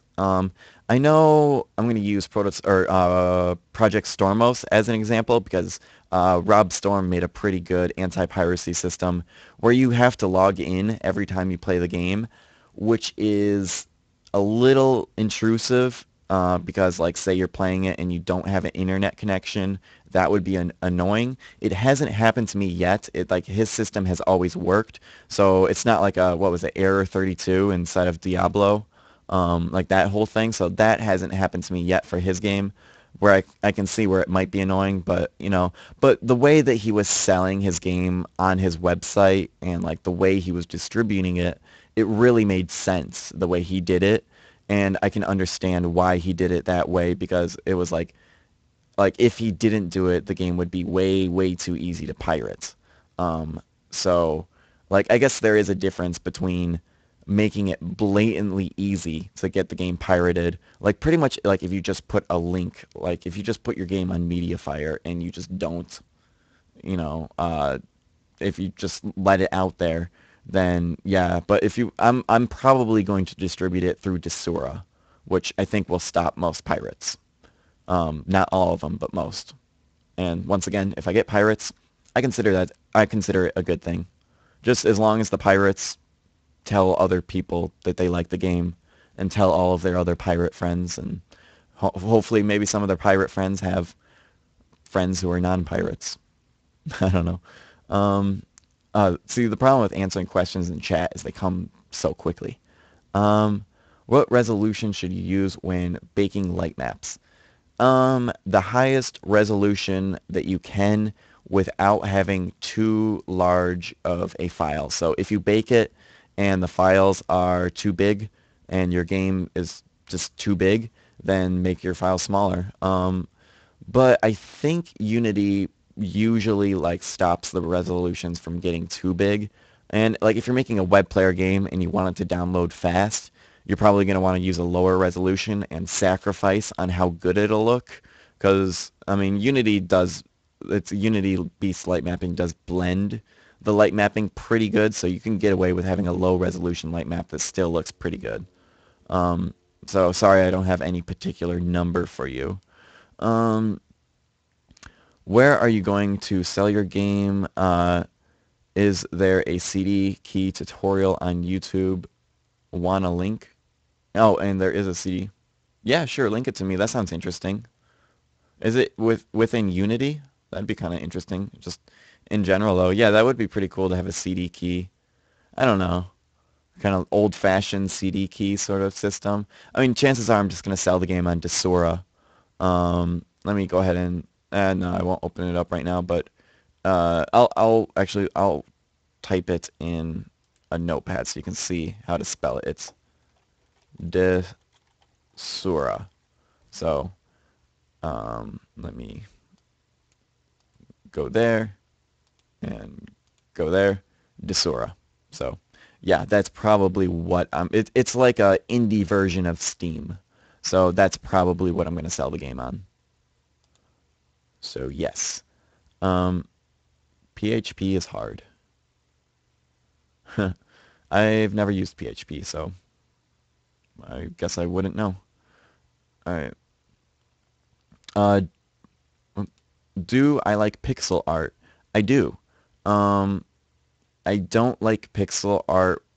Well, actually, no, I don't really have much of a problem with like when people use pixel art as an excuse to make their game come out faster and be cheaper, essentially, to make the game, and they're kind of using it as a cop out.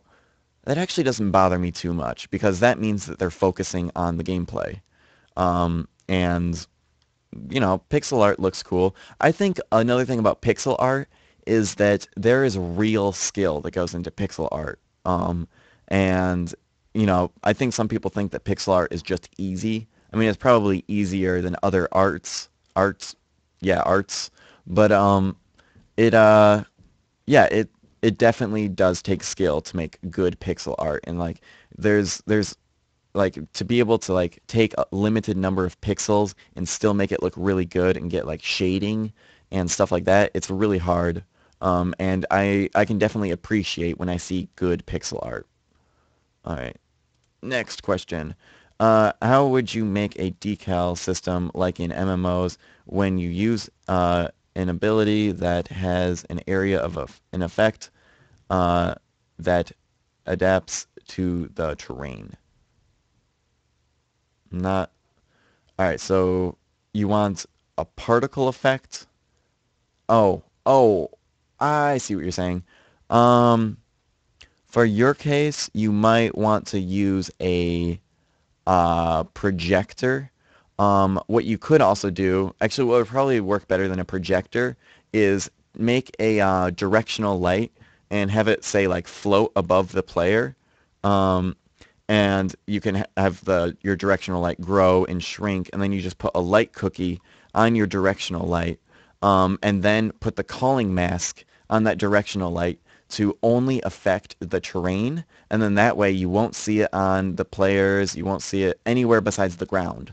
Um, and yeah, and that would just be like one more draw call, and yeah, you could like shrink and grow it um, and make it flash colors, and it would probably be better than a projector because a projector doesn't illuminate the area, whereas a light would.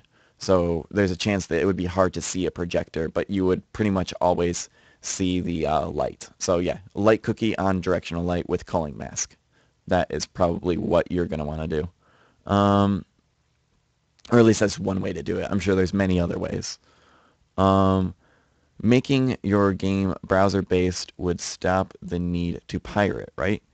Um, well, the problem, well, I don't know actually. It would slow it down a lot, but I assume that it would still be possible to pirate the game if you really, really wanted to pirate it. I don't think there is such thing as a game that's unpiratable, um, but I don't really know any of that firsthand. Um, but yeah, if you made it a paid browser-based game, you would definitely have to have like the login, the whole login thing, and I don't know. You would want to make it a multiplayer game, I think, because if it's a single player game, I think people would find that just way too intrusive. Like they'd be like, I like, I guess it's the whole thing of like to need an internet connection to do a single player game. Like some people just find it annoying for that. Um,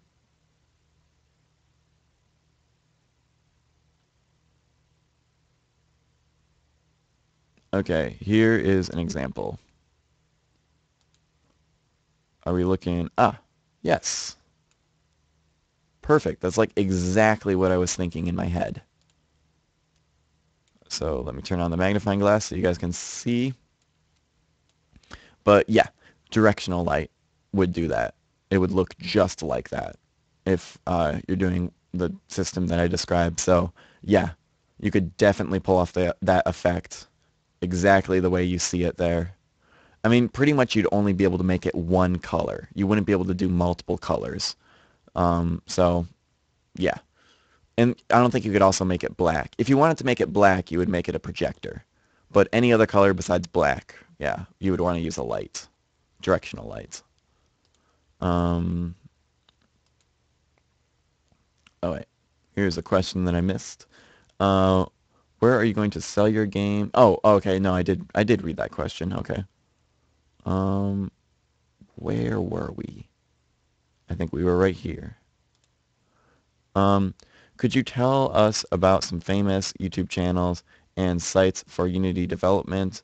Some major $1 which could help the strugglers? Oh, some major ones. Oh, okay. Um, yes. I already mentioned Jesse Etzler. I like his tutorials. Those are very new. He's cranking them out like 3 tutorials a day. That dude's crazy. Um, and I know him personally. He's a cool guy. I've known him for quite a while. Well, I mean, I know him through the internet. But yeah. So why don't I start like making a list of YouTube channels? How many do I know of that are actually good? I mean, there's mine, Itiski Tutorials. I'm sure you know of that. Um, let's see, what else is there? I mean, there's the Tornado Twins, but I mean, you can watch their Worminator tutorial set, but be warned that they don't go very in depth.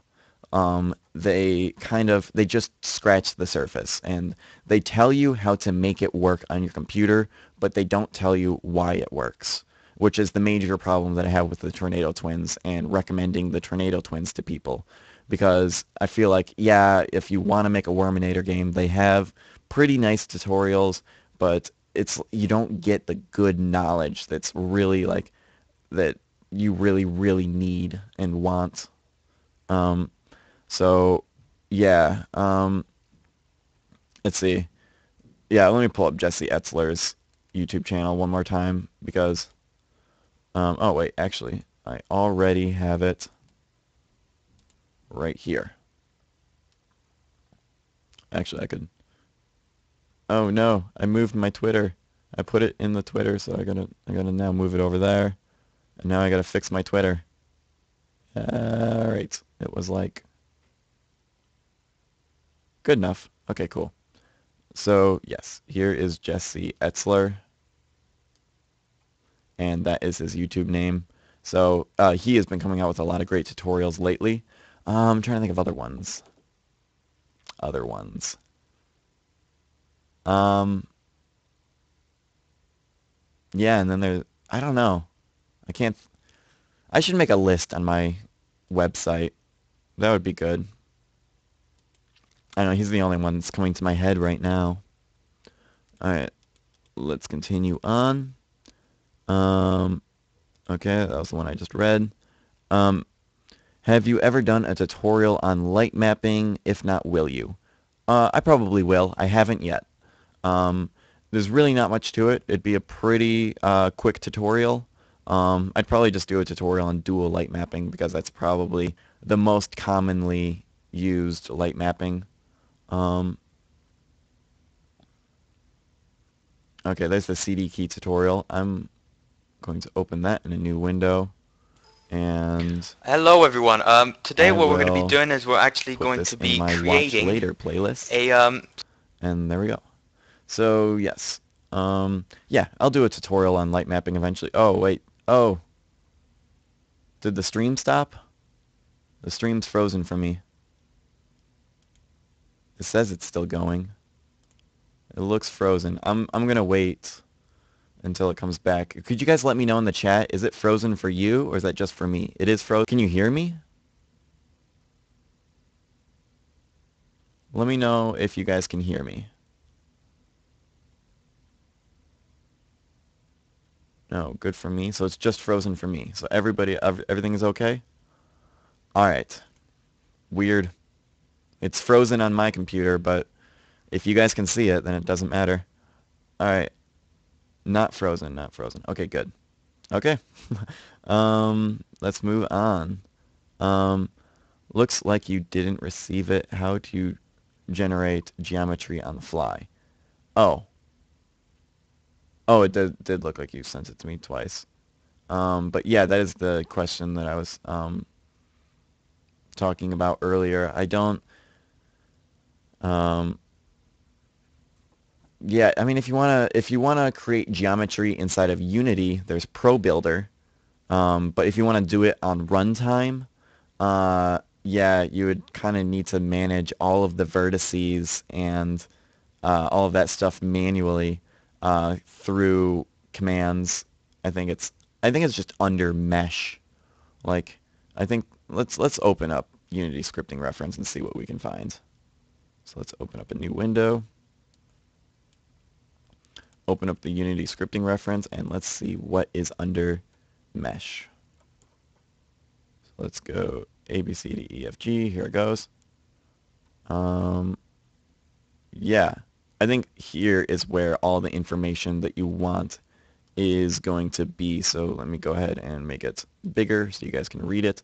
So I'm in the Unity scripting reference and I'm just under mesh. So I'll go to it one more time. Click on runtime classes. Click on any of these. Whatever, just click on, oh, whoops, no. Wait. Yeah, wait, no, I was right. Yeah, click on anything in this list. Um, and then that way you then get the list alphabeticalized over here. And then what you want is mesh. And then, yeah, like here you got like, it's talking about making, oops, it's talking about making new vertices, mesh.vertices equal new vertices. So yeah, I don't have a full understanding of it, but I believe like this is where you're going to want to get your information to figure out how to do it. Um, so that's the best I can do for you to answer that question. Um, the video was frozen, but not the audio. Is it still frozen? Or is it it's still frozen for me? Um,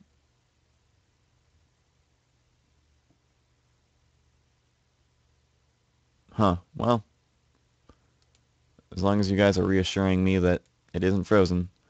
Um, did you make the circle under the cursor or just follow the X position of the mouse? Um, no, I did a screen. Actually, why don't I just...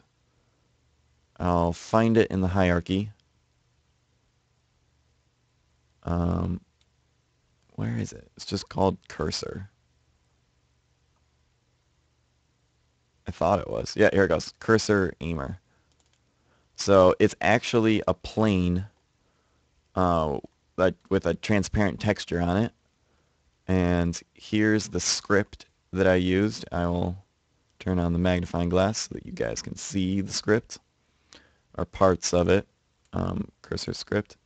Um, so yeah, as you can see, it's a little, there's a little bit of code that went into it.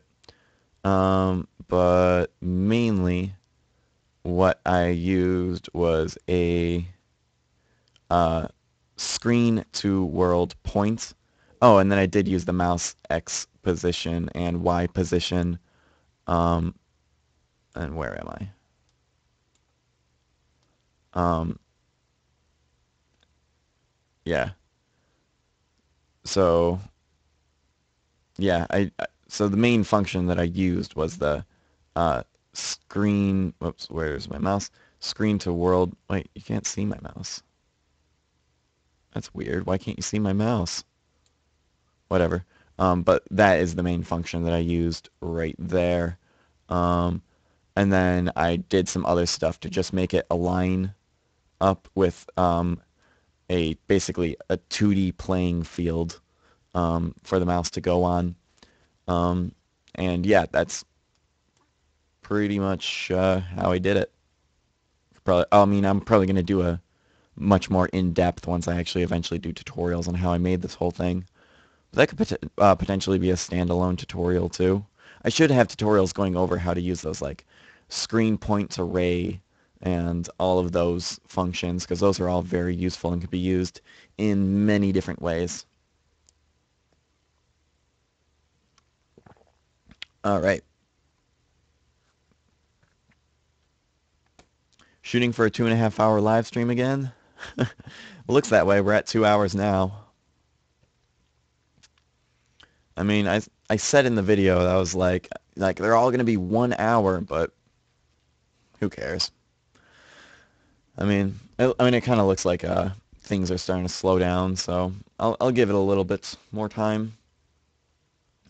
But yeah, we're probably gonna be ending this somewhat soon. But I mean, as long as we're having fun, might as well just keep going. I see no reason to end it. Well, I am getting kind of hungry. I should get food soon. That'll probably be the determining factor. Do you know how to add blood decals directly on to the character's mesh? You could do an actual decal, um, like do a shader that has a decal on it, and then manipulate the, like, let me pull up the shader. Let's just go to, like, materials. Um, am I don't know. I'll switch that back. But, what was it? It would be diffuse. No, not diffuse detail. No, actually, I think it would. Yeah, diffuse detail. And then do I have anything transparent? Let's see. I think that's transparent. Maybe. We'll find out. So let's go back here. Let's drag that onto there. And that's not quite what I wanted. Actually, I don't know. I think potentially you could make this work. But let's make the tiling, let's say, if I make it 5, whoops, not 50, 5 by 5. And then if I go to this and I turn wrap mode to clamp and hit apply, then go back here, then I could potentially make it, yeah, so if instead of all black, it could be, a blood spatter. So I think that would be one way of doing it. I've never really messed with it, so I couldn't tell you if that'd be a good way of doing it. But I know there's ways of doing it. I've looked into it a little bit before. It's a little bit of an advanced thing to do it the right way, in a good way. But, whatever you can make work will work. I mean, you could always, like, do separate textures and just swap out the textures as like, say, the enemy starts losing health, and then just make the character get more and more bloody and beat up. But the problem with that would be that you wouldn't be able to, say, like, if you shot the player in a very specific spot, it wouldn't affect that exact spot. It would affect the player or the character as a whole. So that would be easy, but it would be that would be the disadvantage. Um, what is your way to make terrain? Do you use third-party plugins or sculpt it from scratch? Um, Depends on what situation, depending on like how I would want to make the terrains. Actually, let me first change this back to what it was before I forget. I don't think this will affect my game, but anyways, let's see. If I wanted to make a standalone PC or even like a console game, um, I would probably use Unity's built-in terrain system because it's pretty good and it has like a good like level of detail system kind of built into it where you don't see the high detailed geometry when you're really far away, but you do see good detailed geometry when you get close up to things. So that's one thing I really like about that. Oh, and you can also paint uh, the textures on there. And now with Unity 4, you can now use bump maps in the terrain, I believe. Um, so yeah, I would use that. But if I were doing a mobile game, like a phone, like or Android, that does not support the terrain system. So in that case, yeah, I would model it from scratch. And I mean, I've done a little bit like when I did Galaxia Interface, like what I did was I made like just like a cube and then I like subdivided it like 10 times or something in both directions. So basically what I had was a grid and then I would just select random vertices and I pull them up and down until it looks like terrain. I did the same thing actually in Robot Zombies in the skybox. I just pulled up and down random vertices and kind of made it look like terrain that way. All right. Um, can you show your scripts folder because I have a small game and it's still like 9,001 scripts? Is that's a little bit exaggerated, I'm guessing, right? Because that's a lot of scripts. That can't be real. But sure, let me show you. This is how many scripts I have in Prototype Recoil. Let me make it bigger so you can actually read them all. Sorry guys, I just got to start doing some resizing and make sure that you guys can see it all. All right, cool. So yeah, here are all the scripts right there. So I guess I'll leave those on the screen for a little while. I'll move it down so you can see the Twitter still. Um, what is the best place to post your brief questions besides during these live streams? Um, YouTube comments, my forums. Actually, the etskitutorials.com forums are pretty good.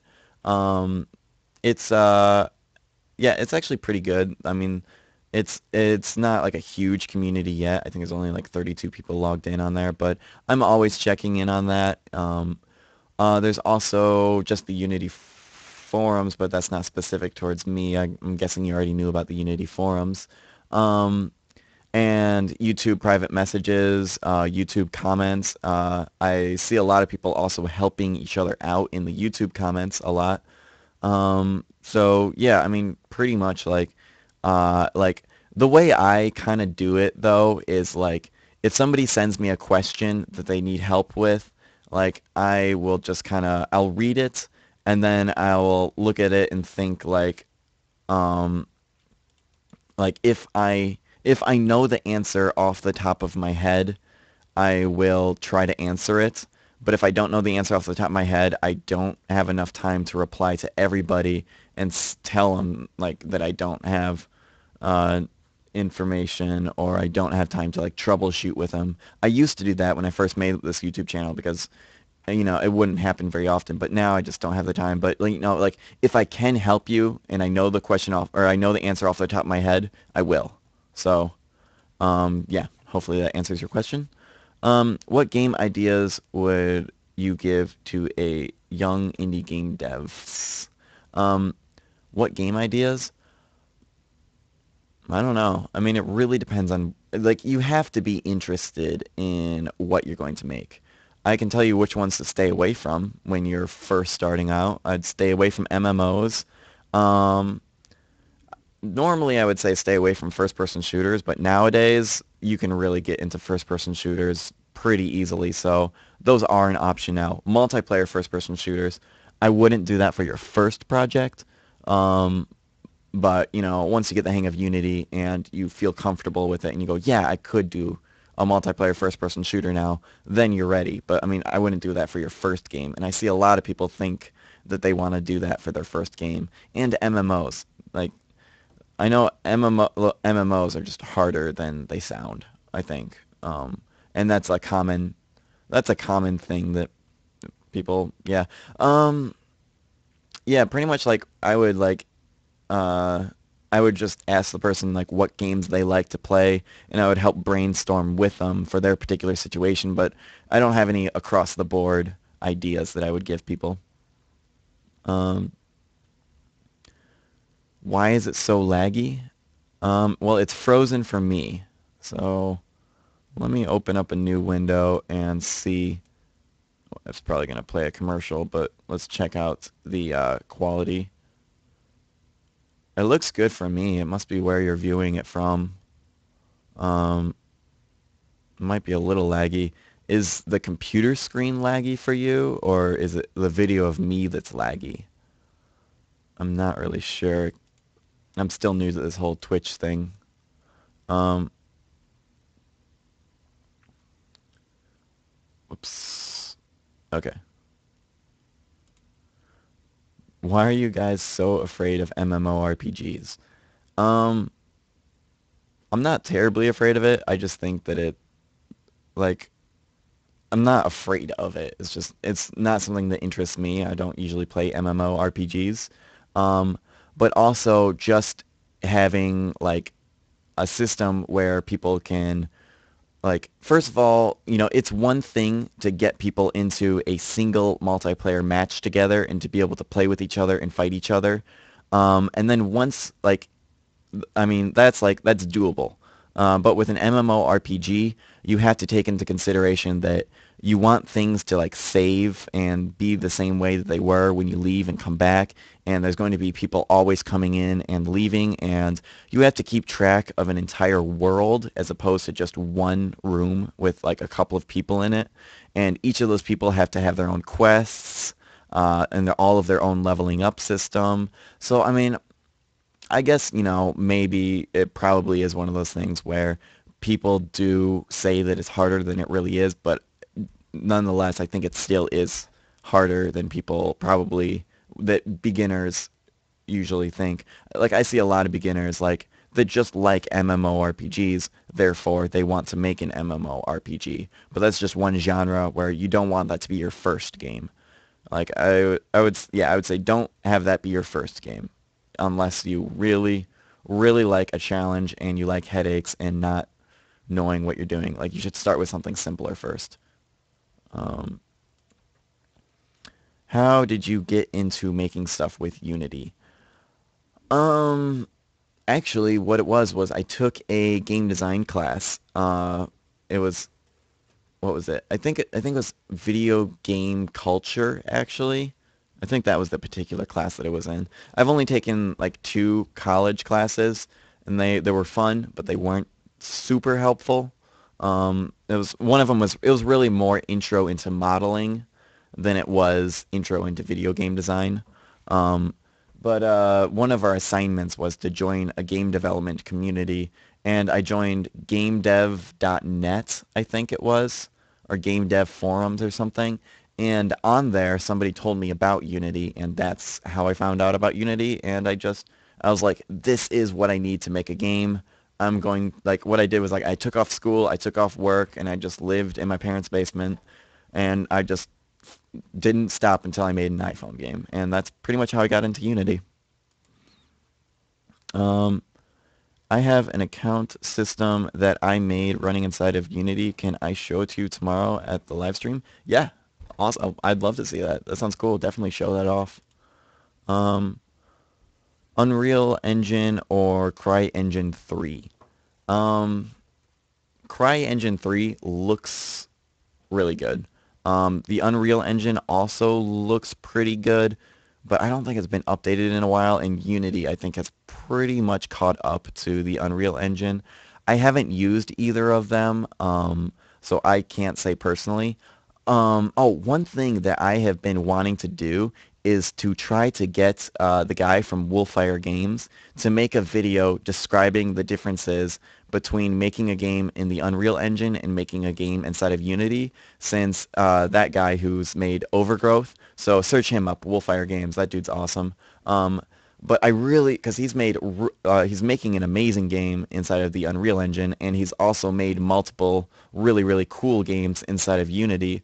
So I really want him to make a video, since I think, like, out of anybody in the world, well, I mean, I'm sure there's other people in the world who would know, but I mean, like, that dude would know and have good information on that. And I think that's information that's in demand, and I want that information too. Like, I don't know, whenever, like, you go online, you ask what's the difference between Unreal and Unity, people just say, oh, there's so many differences, and, like, no, nobody really gets specific, and they don't really answer, like, what I'm really looking for. So, um, do you live in your own apartment? No, I live with my parents.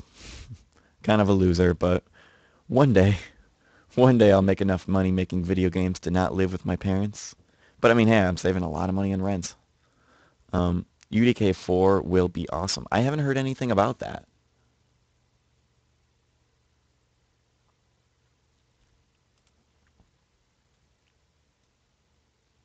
Oops. Let me fix that. There we go. What do you think about BGE, Blender Game Engine? Um, I've used Blender for modeling and animation, and it is amazing for that. I don't know how good it is for an engine. I haven't used it personally, but I haven't seen anything good. Well, I have seen a couple of I've seen one good project come out of the Blender game engine, and it was really just a demo scene, and visually it looked on par with Unity. Maybe it had it probably looked on par with Unity Pro. I think it had visual effects in it. Um, but I mean, it wasn't a very intensive game. It was just a simple first-person shooter. I think you could shoot enemies in it. And I didn't even play it. I just saw a video of it, and I think there's a problem with, like, the exporting process. Yeah, somebody is saying that it's not that good. I think there's a problem with the exporting process and getting people to be able to play your game. I think there's a problem there. Um, do you have Overgrowth? He is using an own engine.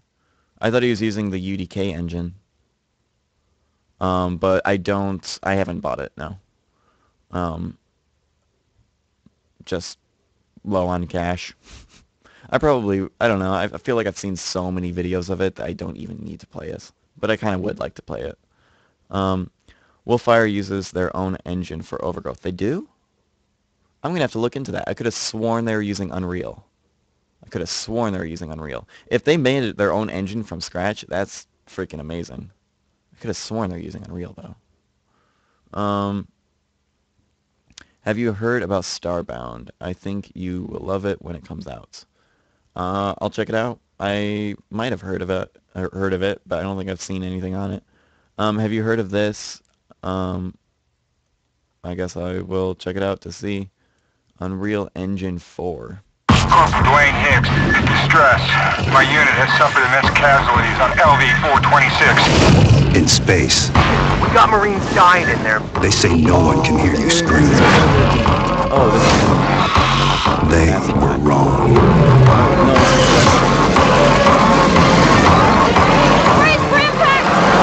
I hope. Are you seeing this? Rated M for mature. Sucked. I hated it. But then again, I played it on console. It might have been better on PC. But in general, I still hated it. Yeah, I loved the first two games. So I'm hoping this will be good, because Aliens were my A favorite. graphical highlight of Unreal Engine 4 is our real-time dynamic global illumination and glossy specular Oh, no, I reflection. think I did see So this. these objects that you see in Or the at least I saw statues, something as they similar change to it. their state from a I don't diffuse know. material Oh, to a... come on, I mute the sound so that I'm not talking over the audio. Yeah, whoops, sorry about that, guys. I actually need to adjust that setting there. But oh yeah, I did see this video. This is cool. So yeah, actually this video looks amazing.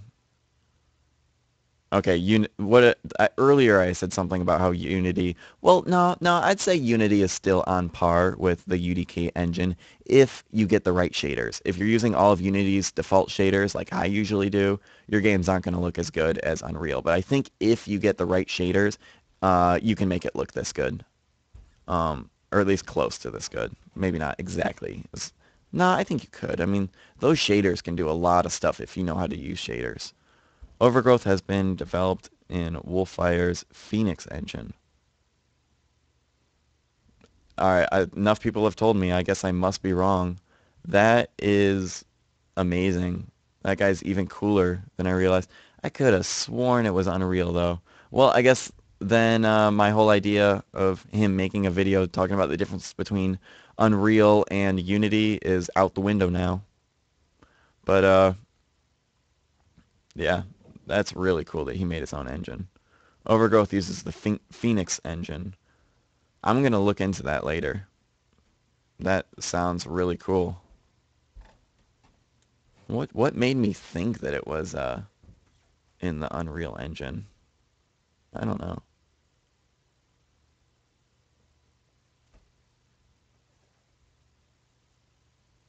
Yeah, that game looks really cool. I really like how all of the there's like very accurate collision detection and yeah, like if you you can do like a flip, and if you land on your head you can kill yourself, and so that's really cool.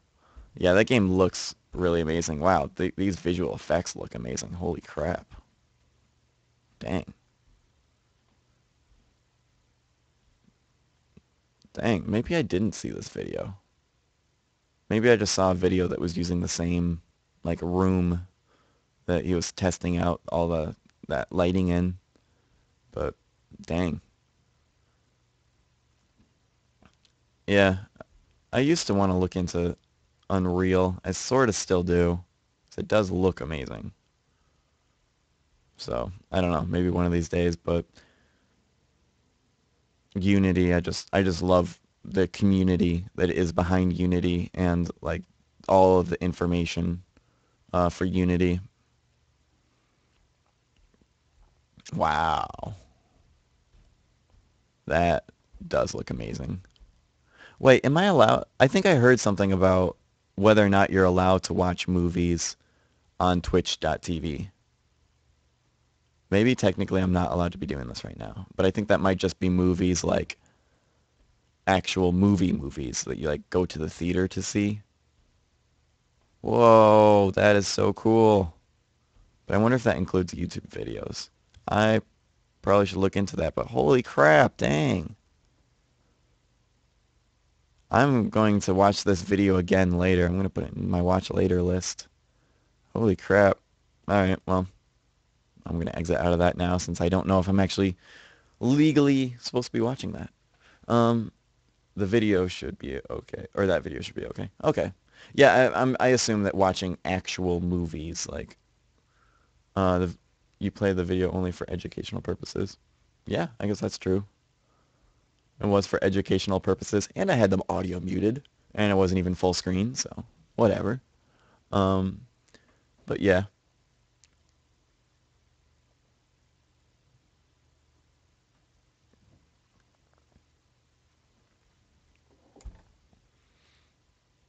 All right.